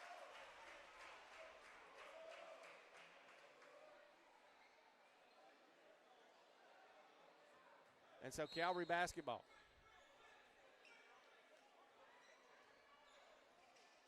Cross is going to bring it across for Calvary.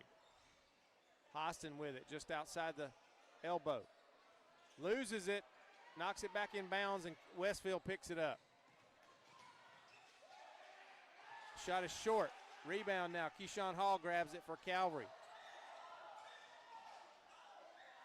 Three-pointer, good! And he's fouled. And let's see, are they going to give him three or they're going to call it a two? They're going to call it a two.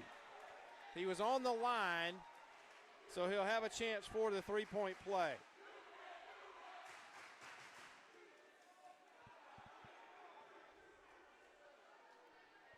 I didn't see who the foul was on. Doesn't really matter. I'm not official anyway. Free throw is good.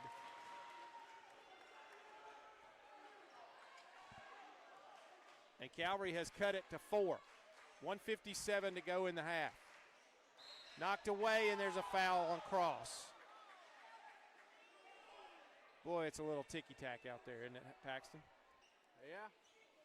Not very much contact at all right there. But Hey, they call the foul. At least they're being questionable both ways. Yes, they are.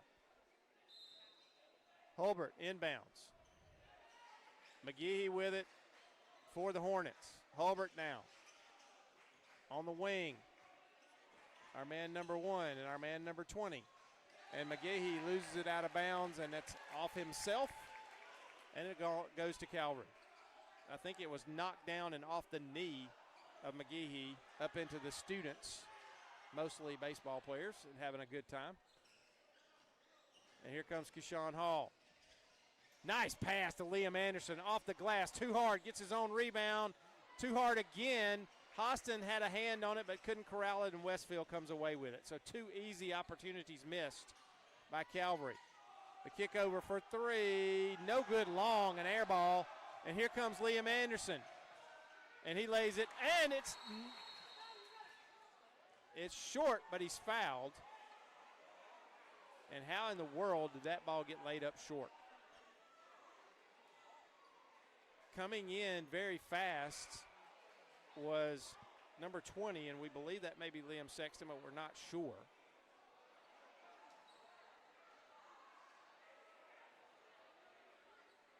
And the Westfield coach is not happy. I thought they might call goaltending there, Paxton. I thought that may be what it was. May have been basket interference or something.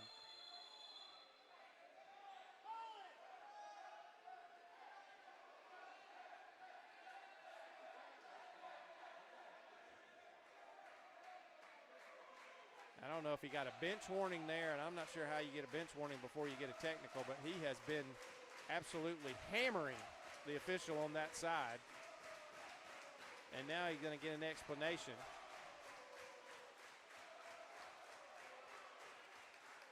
Called the foul with the body. They did not call it on a hack. They called it with the body.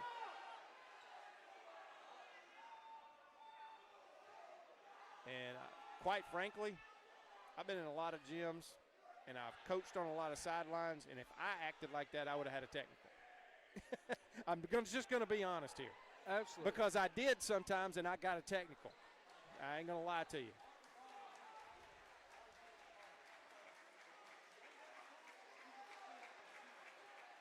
And so Liam Anderson at the free throw line for Calvary. 1:13 to go. Calvary trails by 4. First free throw is no good. Mike, you still got that $9 in your pocket? I do. I have Might need to my go get $9. these referees a Snickers bar because you're not you when you're hungry.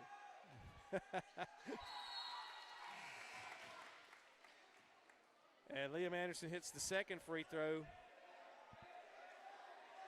and makes it a 3-point game. 1:13 to go in the half.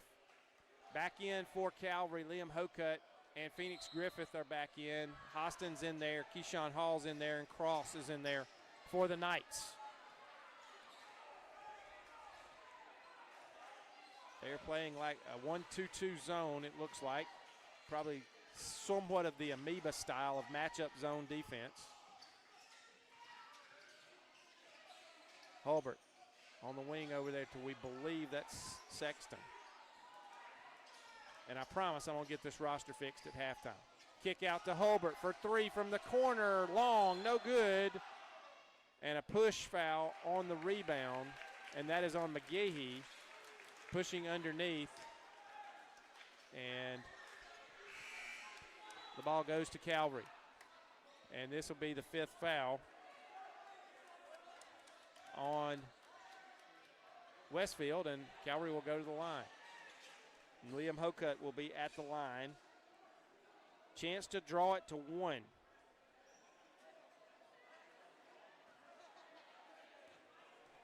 First free throws of the night for Hokut. First one is good. Hokut now up 6 points himself. 26-24. Second one good.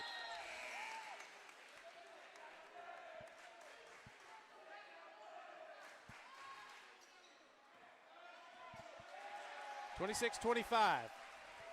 37 seconds in this first half. Looks away. Griffith steals it. He's going to go in by himself and miss the layup, but Hostin gets the rebound and scores. That's why you follow the fast break layup just in case. And Calvary has taken the lead. 27-26. Shot on the way, long, no good. Cross gets position. And Hokut grabs the ball and steps out of bounds. 4.5 seconds left. Holbert will inbound. Calvary with a 1-point lead. They've had a big second quarter. McGehee over in the corner. Holbert out on the wing, fumbles it, and no shot. And that'll end the first half.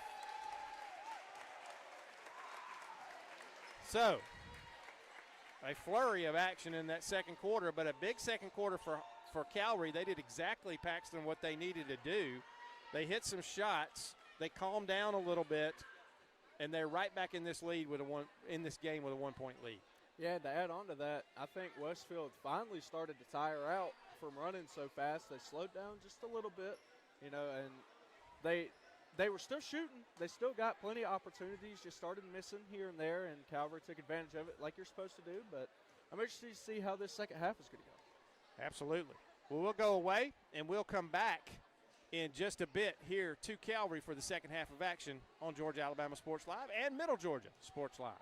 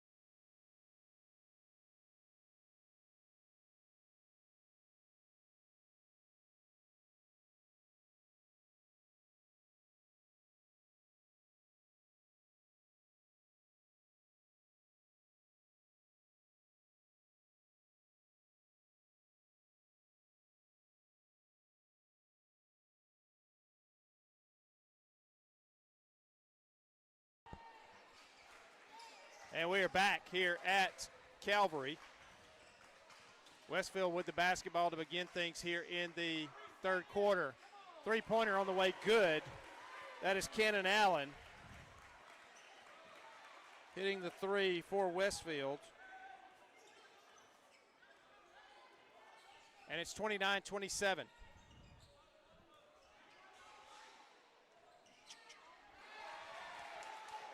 And that shot good by Hostin.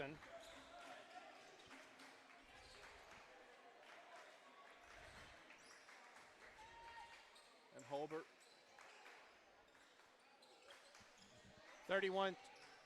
29 all, excuse me.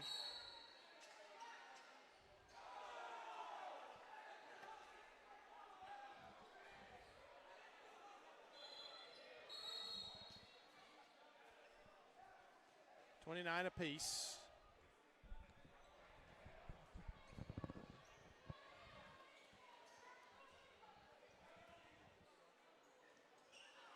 $7:08 to go in the third period.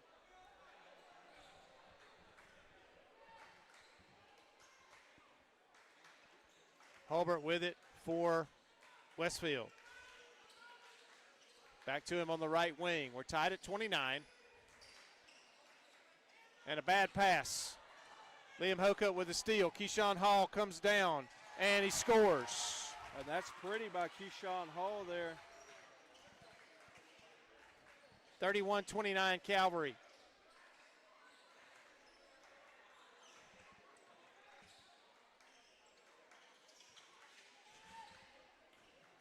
Cannon Allen has that one stolen. Keyshawn Hall coming down, kicks it over to Cross, off the glass. No good. Another missed layup for Calvary.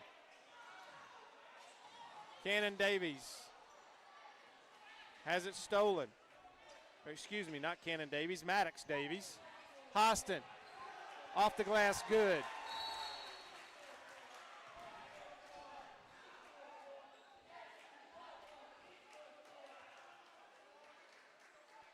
And that's a flop warning. I just got that. That is a flop warning on Westfield. As with minimal contact from Hostin there, player flopped to the floor trying to get a call, and that's a flop warning. That was just a pretty move by Hostin. Nothing dirty about that.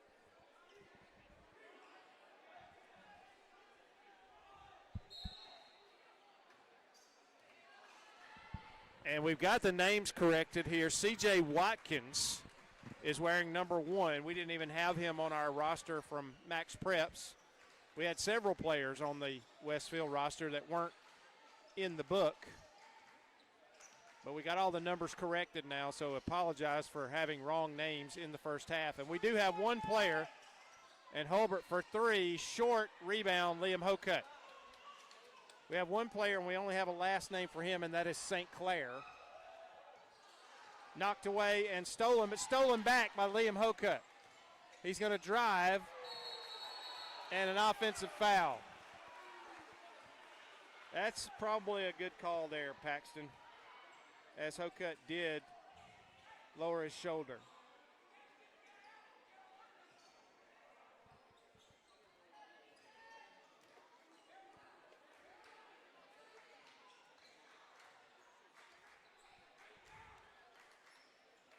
And Holbert going to get it now. And a whistle. It's going to belong to Calvary.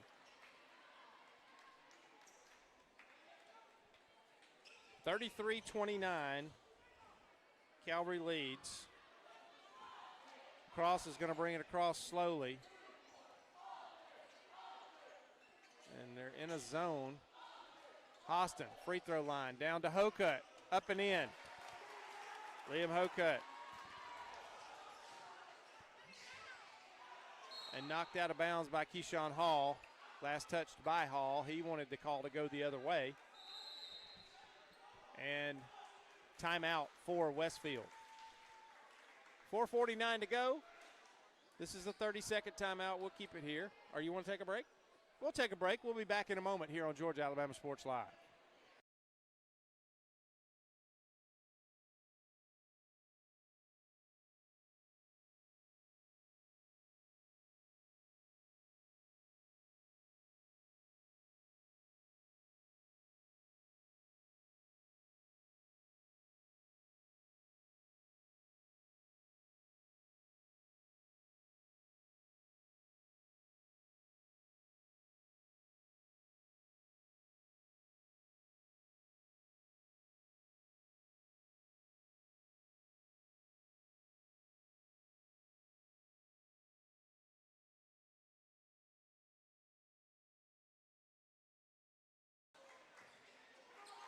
back here at Calvary.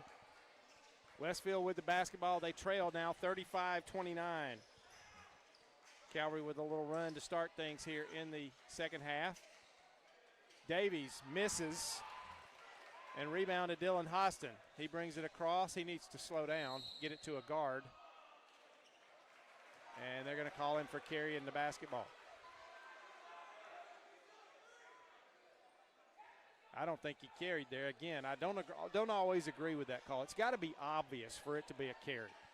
Just because you bring your hand over does not mean you're carrying the basketball. And it's just a natural dribbling for him, too. Like, technically, any dribble should be a carry because that's how you got to dribble it. And here's whistles. Let's see. The officials are going to confer here. That's a jump ball as they pinned it, and it belonged to Calvary. Good defense. I believe that was Cross as he pinned it to the hand of the Westfield player, and they call a jump ball there. And the coach doesn't agree again. But that's not unusual tonight, and sometimes, be honest with you, Paxton, I don't blame him.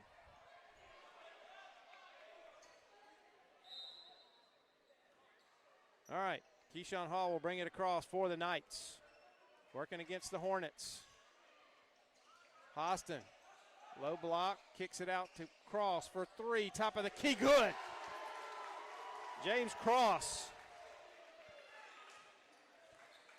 38-29. Calvary by 9. C.J. Watkins stolen away. Keyshawn Hall scores.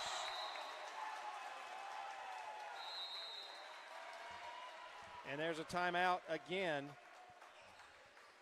for Westfield as Calvary has gone up 40-29. This is a full timeout. We'll just keep it here.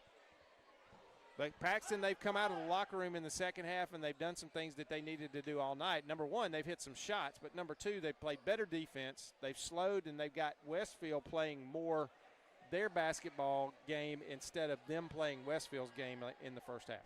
Yeah, and you just hit the nail on the head there. You know, Calvary has really settled in, has found themselves in this game, and has now found open opportunities that have worked. You know, James Cross, get him open on the three-point line. Let him shoot more. He's a sniper from three. So is absolutely. Hall, but, you know, Hall, he goes down, gets an easy layup.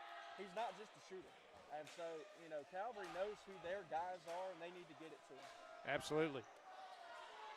So coming out of the timeout, it's Westfield basketball. They trail by 11, 3:33 to go in this third period. Holbert's going to bring it across for the Hornets.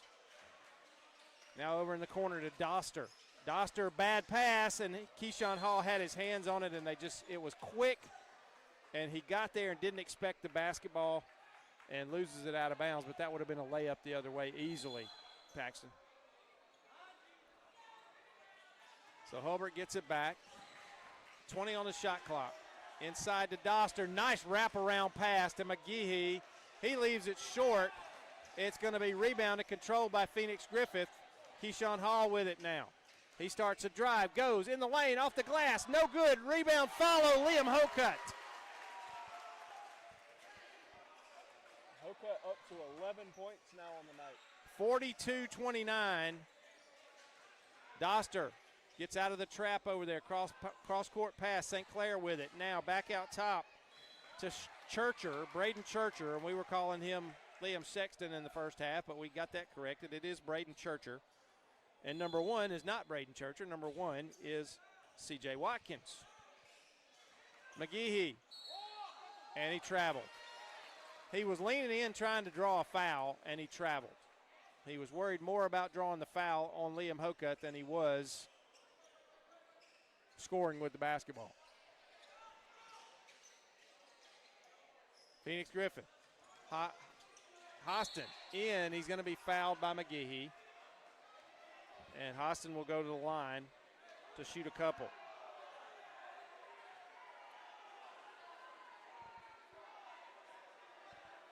And McGehee doing what you can't do as a player and starting to get into it with the fans. To interact with the student section. You don't want to interact with this student section because they will make you pay. They will take you mentally right out of the game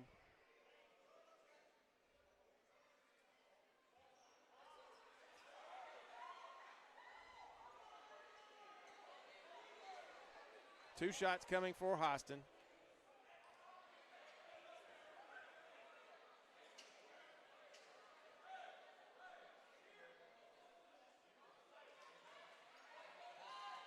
getting a little control over the student section right there to get them to stop focusing in on one player, cheer for their own team.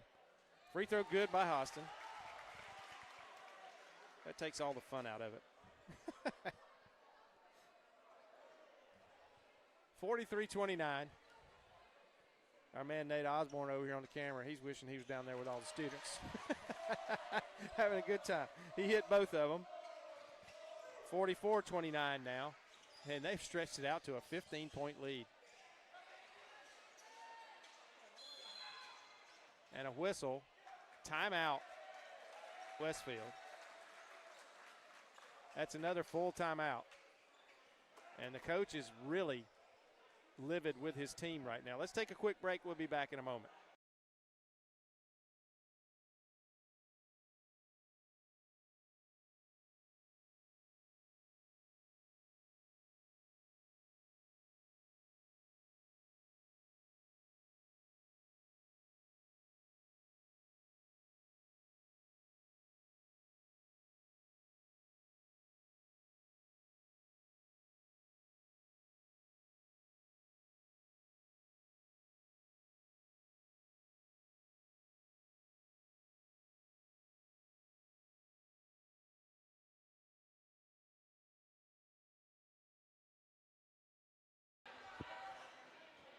Back here at Calvary. And it is 44-29. Calvary's kind of taking control of this game. They're going to try to keep control of it. Westfield has the basketball. And things are a little frustrating. The student section doing its job. They are getting in the head of the opponent, and that's what they're there for. They got to keep it classy, and they usually do, but they have some fun. And that's part of being a high school student or a college student. And that was a steal by Calvary, and I believe that was Keyshawn Hall that got his hand on the basketball, and it was off the leg, but it is Calvary basketball. It was off the leg of the Calvary player. He kicked it, and it was a kick ball.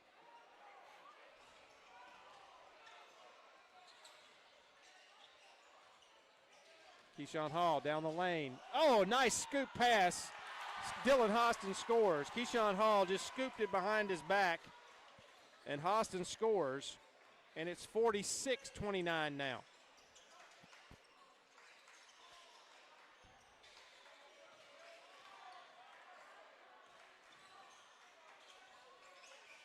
That ball's taken away from, and Calvary has it. It was taken away, and Hostin ended up being in a hard foul on St. Clair. But that, I mean, I don't blame him for the hard foul there. You prevented a layup. Yeah. And it wasn't an intentional malicious foul. It was just a good hard foul to keep him from scoring. And Phoenix Griffith will go to the line. Chance to get his first points tonight. You know, that play, you got to credit Hostin for his effort not traveling. It's really hard when you dive on the ground for them not to call a travel on you. Right. But he stayed there with the hand slapping him, got it out quick, and that's just a sign of a great player. Absolutely. Phoenix Griffith trying to get in the scoring column here. 46-29, Calvary leads, 1:43 to go in the third. First free throw is good.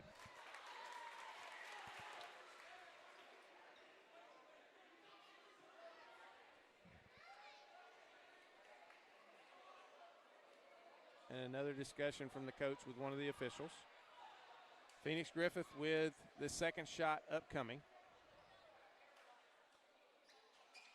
And it falls off no good. 47-29, Calvary by 18.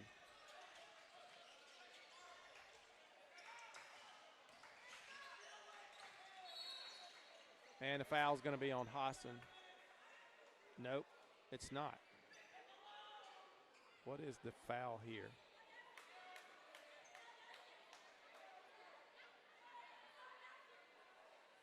Going to be shooting two. That's going to be on Cross. I think they called that on James Cross. I've about lost it on keeping up with fouls now, so I'm just not going to try anymore the rest of the game. First free throw is good. That is from St. Clair.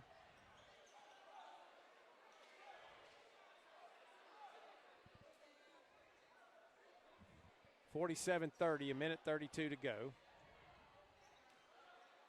Second free throw coming up. It is short, no good. Rebound, Hostin loses it, but right to Liam Hokut.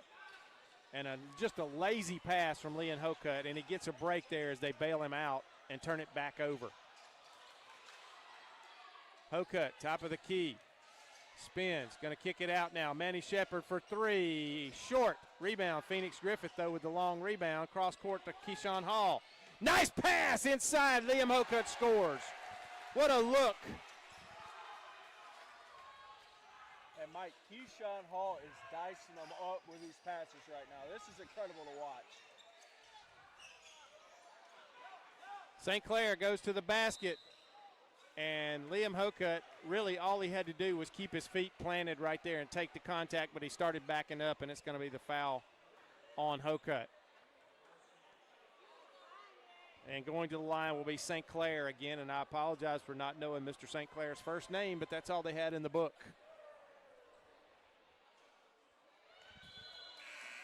First free throw is no good.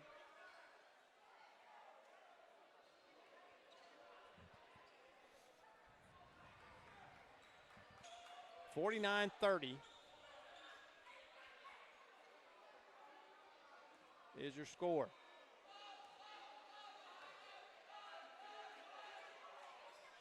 Second free throw good. 49-31. Off the glass, no good. Liam Anderson with the rebound, and he's fouled from behind. He did a smart thing. He tried to go right back up with the basketball, and he'll go to the line and shoot a pair. No, they're going to say he did not get the shot off, and they're going to put it on the baseline. I thought he immediately went back up with the ball, and they were going to call it a shooting foul. But who am I? I'm just a radio guy, or a PA, or a play-by-play guy. Inside, and Liam Anderson loses that pass. And they're going to give it back to Westfield here, as I don't think Phoenix Griffith was back all the way in bounds when he touched the basketball, when it got away from Liam Anderson. Subs into the game. Let's see, back in is Cannon Allen for Westfield, and also Maddox Davies back in for the Knights. And now C.J. Watkins getting into it with some of the guys there in the student section. And the referee is going to tell these guys he's moving them somewhere.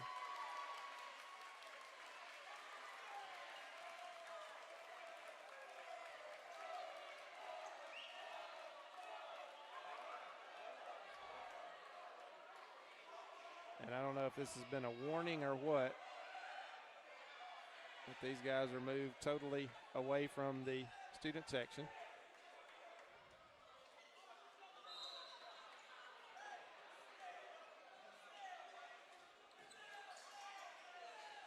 And we're back to playing basketball. Doster with it for Westfield. Back out to St. Clair for three, good.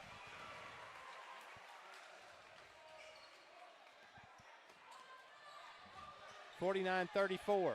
Hostin jumper good. That's a two-pointer, a long two-pointer, about an 18-footer.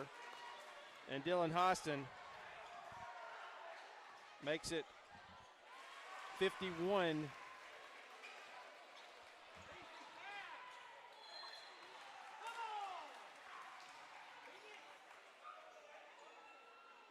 let's see, who's the foul on here? It's going to be on Phoenix Griffith, I believe.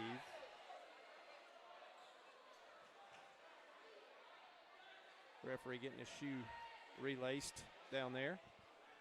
6.9 seconds left in this third period. Calvary leads it 51-36.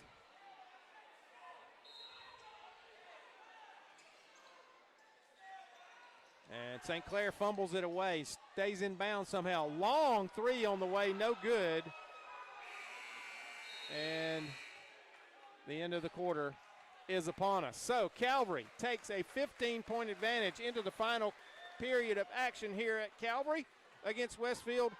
We'll go away, and we'll be back in just a moment for the final fourth quarter of the game.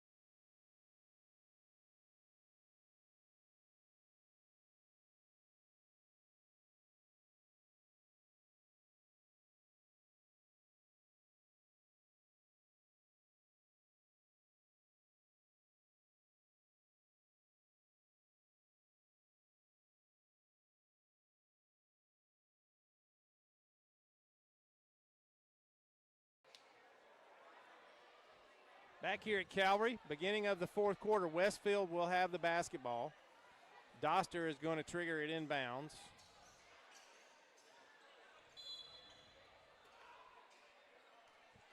(51-36) Calvary, just underway in the final period. Doster gets it over to St. Clair, has it knocked away briefly, but gets it back. Doster kicks it out in the corner. That is Kennon Allen. His shot no good. Rebound knocked away, or Keyshawn Hall, and his pass is stolen, but Dylan Hostin takes it away, and he misses two shots. Liam Anderson off the glass, no good. Gets the rebound again. Kicks it out now to Keyshawn Hall, and 3 seconds in the lane.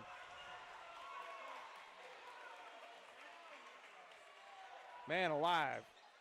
About 3 or 4 point-blank shots in there missed by Calvary. Yeah, very unusual.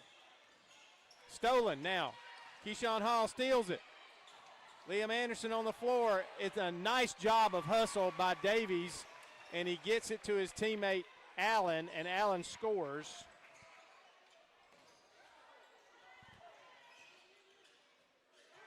And it's 51-38. Shot was no good by Calvary. And here comes Westfield. Corner and a travel. And he did. C.J. Watkins with the travel. Subs in. McGee's back in. And also in for Westfield is Braden Churcher. Again, we apologize for having the names wrong in the first half, but, boy, it took a little while to find the correct roster. Most of the GIAA schools are correct on max preps. However, that does not apply to Westfield. Not even close.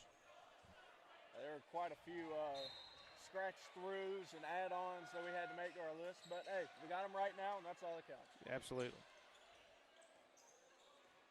Hostin going to take some time. He's over high on the left wing, get some instruction from Coach Gordon.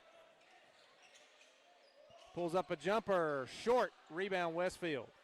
That was not a good possession for Calvary.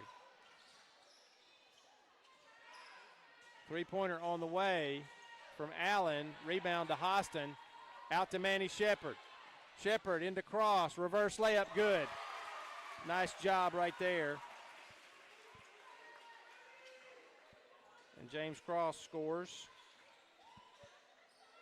And it's 53-38. A miss by Westfield and a rebound to Calvary. And a lot of contact.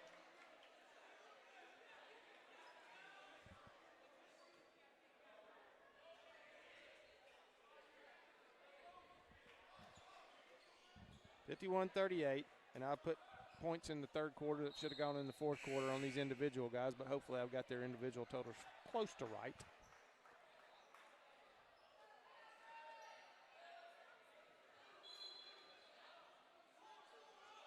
Inbounds to Cross. 53-38, Calvary with the lead. He brings it over, gets it to Phoenix Griffith, kicks it out. Manny Shepard. Manny drives inside the lane, off to Liam Anderson. And a travel on a jump stop. I'm not sure that was a travel, folks. That was just a straight jump stop. Hulbert for three, long, no good. Rebound, Liam Anderson. He gets it to Phoenix Griffith, who goes up and scores. Griffith with his first field goal. 55-38, back to a 17-point lead. Timeout. Let's see, the timeout was called by Westfield again, and this is another full. So we'll keep it here. And let's see. We're going to check the score of the college football playoff. It is 34-7 Indiana. If you're not a believer in the Hoosiers, you're in the minority. And somebody told me the other day, yeah, but their game with Oregon, it's hard to beat somebody twice in the season. I said, but they're not playing in Oregon this time. And they're not. They're playing in Atlanta, and they're having a blast. All right, back to action here at Calvary. C.J. Watkins with it for the Hornets. He's going to give it to Hulbert. Hulbert inside. McGehee out in the corner. Now back to Hulbert for three. Good. Ben Hulbert.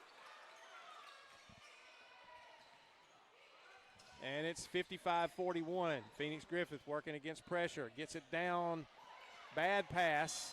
Ill-advised pass. Knocked away by McGehee, but it'll belong to Calvary. Cross will inbound. Up to Hostin, way out high near midcourt. He's going to start a drive. Kick it out. Manny Shepard for three. Short. Hostin gets a hand on the rebound, but Westfield controls. And Cannon Allen scores for Westfield. And a timeout called this time, I believe, by Calvary. Let's see, is that right? It is a full, called by Calvary. We'll keep it here.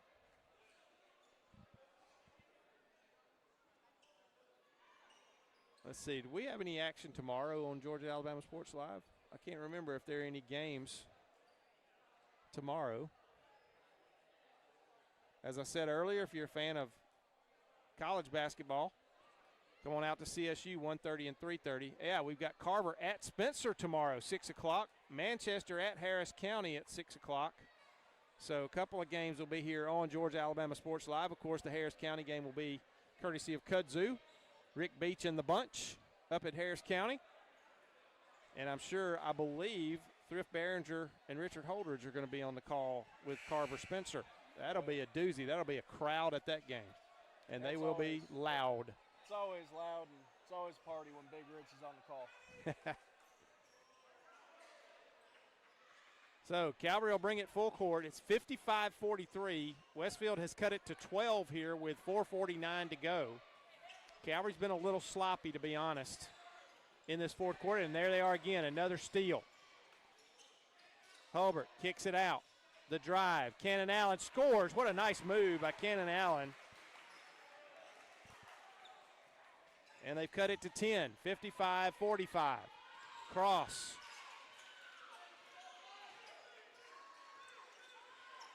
And Calvary, for a little bit there, Paxton, it seemed like they were doing the one thing you cannot do in a game like this and the dunk is missed, but he's fouled. They can't get complacent and think they've got the game won just because they're up by a large margin, and that's what they started to do, and I think Jonathan Gordon had to rein them back in. And, I love that decision there by Hostin to try and go up and dunk that. And Had it gone in, you best believe that would have been the Houlihan's highlight of the week. No doubt. As it is, Hostin will be at the line, shooting a pair. I have him with 6, 8, 10, 12. 12 points right now. 14. Was that free throw good or bad? No good. Second free throw, also no good. Rebound to Westfield. So I'm missing a bucket on him. I probably gave it to somebody else, but that's okay. And a three-pointer from C.J. Watkins is good. And Westfield is down to a 7-point deficit now, and stolen from Hall. Up off the glass short, no good. Almost turned over by Hostin. He's bringing it down himself. Liam Anderson inside to Hostin, knocked away, but last touch by Hostin. That's a good call. It was last touch by Hostin. This is exactly what Calvary couldn't do. And a foul before the shot on Phoenix Griffith. And, when you're in a game like this and you have a chance to put someone away, you have to put them away. You can't lose your edge. And right now, Calvary's lost their edge, and Westfield has all the momentum. Inbounds pass, Holbert. Cannon Allen. Back to Holbert. Over in the corner. That is Churcher. Allen, Holbert, starts a drive, cut off. And a bad pass. C.J. Watkins tried to get a little fancy there and make a quick pass and threw it into their bench and turned it over. Cross.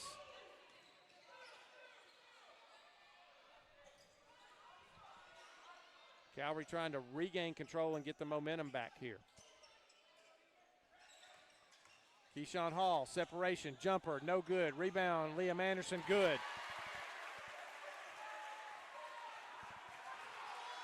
Stolen away by Hall. And Hall in, and he's fouled. That's going to be on McGehee. And Hall will go to the line. 57-48, 9-point lead from Calvary. They can extend it back to double digits with a couple of free throws here. Keyshawn Hall, I have him with 10 at the moment. First free throw, no good. And that's 0 for 3 in this fourth quarter from the free throw line for Calvary, and they can't afford to do that. Second free throw is also no good. 4 in a row missed at the free throw line by the Knights. And they just cannot seem to get some momentum back. Holbert inside, back out to Holbert. Starts a drive, kicks it out in the corner to McGehee. Down low, inside to Churcher, off the glass, good. Cannon Allen, nice ball movement. And another score for Cannon Allen. And they steal it, and Allen shoots and misses. Rebound, though, to Holbert. Holbert kicks out to Watkins, no good. Rebound, Hostin. And now it's knocked away from behind by Hostin, and here comes Westfield with the basketball. McGehee, three-pointer on the way, good! That is Churcher, who hits a three, and a timeout called by Calvary. And it is, folks, it is 57-53 as, quite honestly, Paxton, Westfield has taken advantage of some complacency in this fourth quarter by Calvary. They started the fourth quarter sluggish, like Westfield was going to lay down, and Westfield has done anything but lay down in this fourth quarter. Yeah, and basketball is a game of runs. You hear that all the time. And Westfield has proved it right here. You know, they caught a little spark, and that's sometimes all it takes is just one little thing to go right, and then it's a domino effect after that. They've got this lead to 4 with 2:25 left. Jonathan Gordon over there is imploring his kids to get their heads and hearts back in this game and retake control. They have plenty of time, but they've got to get back to doing the things that they were doing earlier in the second half and in the second quarter. Second and third quarter, Calvary was as good as you'll see them. And They've gotten completely away from that here in the fourth. Yeah, and you got to think, too, just a couple free throws, this could be an 8-point game instead of a 4. Yeah, absolutely. 4 straight missed free throws. So here we go, 2:25. Calvary's got to go the length of the court. Phoenix Griffith having trouble getting it in. He almost turns it over. Now to Hostin, jams it home.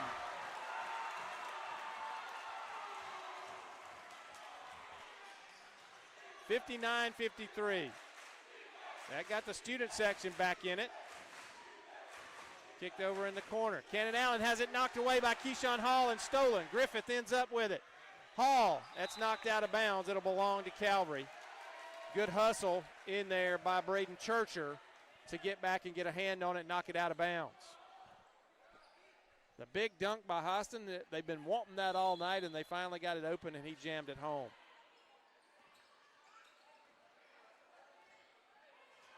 I don't think there's anything in sports as exciting as the dunk. Three-pointer on the way from Griffith. Short, no good. Rebound, McGehee for Westfield. Watkins races it across for the Hornets. Gives it off to McGehee. Starts a drive. Hulbert with it. Down in the corner. Three-pointer on the way from Cannon Allen. No good. Rebound, Dylan Hostin. And Keyshawn Hall with it now for the Knights. A three-pointer on the way short. Liam Anderson, though, right there. Johnny on the spot again. The miss by James Cross and the rebound and putback by Liam Anderson. And it's 61, 53. And I'm all off on my score, and I don't know why.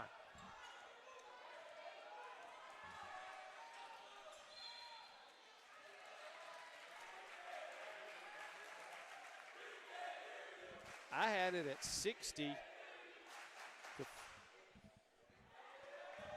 53.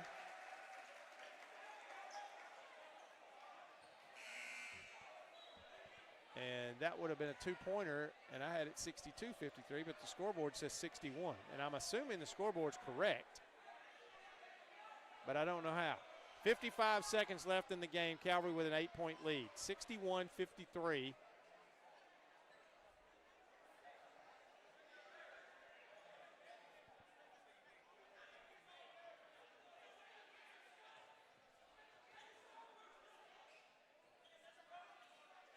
And another discussion. And here's a foul on the inbounds play. Let's see. And that's going to be on Liam Anderson. And that's going to turn it over to Westfield.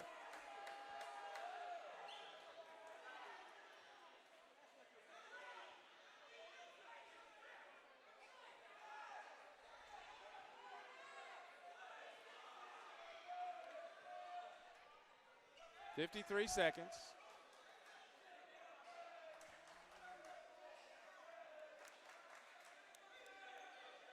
So Liam Anderson with the foul. That gives it back to Westfield. They trail by 8.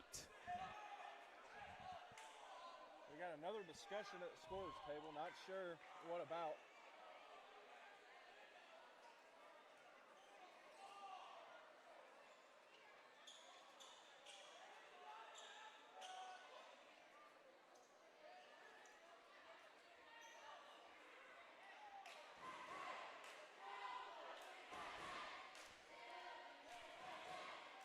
Another meeting. But hey, I'm not going to complain because this game has zipped by compared to the girls' game. Despite all the meetings and discussions.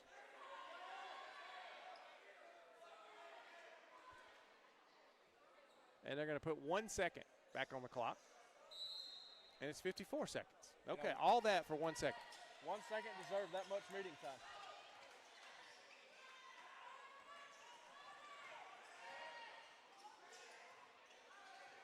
Hulbert for three. Long, no good, but rebound to Westfield.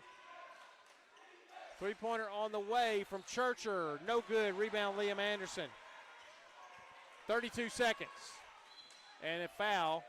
and Keyshawn Hall looks like we'll go to the line. Now, Calvary, if they're going to put this game away, they're going to have to put it away at the free throw line. And they are 0 for 4 at the line in this fourth quarter. Yeah, and you got to think, he hits both of these, they get out to a 10-point game. This one's all but over.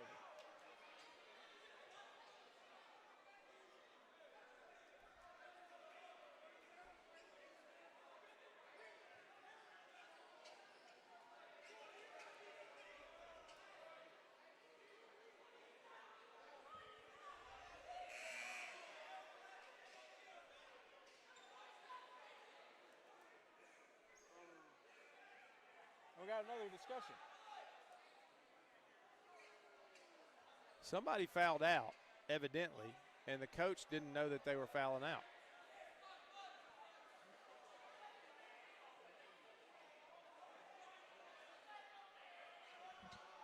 And I believe that was Cannon Allen that must have fouled out.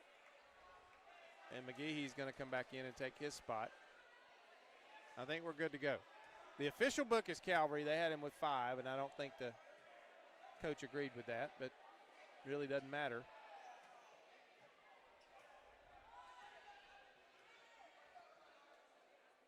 Keyshawn Hall. No good. 0 for 5 from the free throw line in the fourth quarter.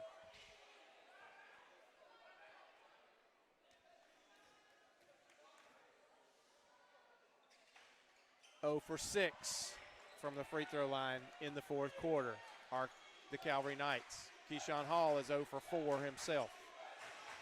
Three-pointer on the way, no good, short. Rebound, Hulbert inside, and blocked by Liam Anderson, and a foul, I believe, by Hulbert. Liam Anderson with a big block. Well, Liam Anderson has been Johnny on the spot on both ends of the floor in this fourth quarter. He might be the reason, Paxton, they're still leading right now. Yeah, and, you know, every big play, every play that could have gone Westfield's way, Anderson has been the one to take that away from him.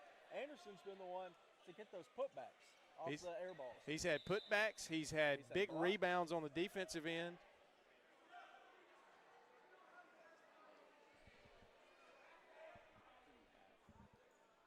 I got to make a decision on that. Nate's asking me. We got the Alex Quinney All-State Good Hands Player of the Game, and I got to make a decision on that one coming up. There's some candidates here.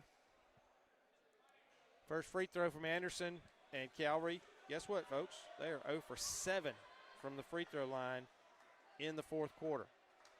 I think if you're Coach Jay, a good thing to do at the next practice is put up 100 free throws. Everybody put up 100. They are now 0 for 8 from the free throw line. Hulbert for 3. Good. And Hulbert. They won't go away. He has 2 threes. And Liam Anderson, they're going to count that one. Did they count it or not? He went down with it like it was down and then waved his arms like it was no good. So was it good or was it no good? They're leaving at 61 on the scoreboard. 61-56 the final score as Calvary takes the win. And I'll tell you what, Paxton. He wasn't the leading scorer, but I'm going to give the Alex Quinney All-State Good Hands Player of the Game to Liam Anderson.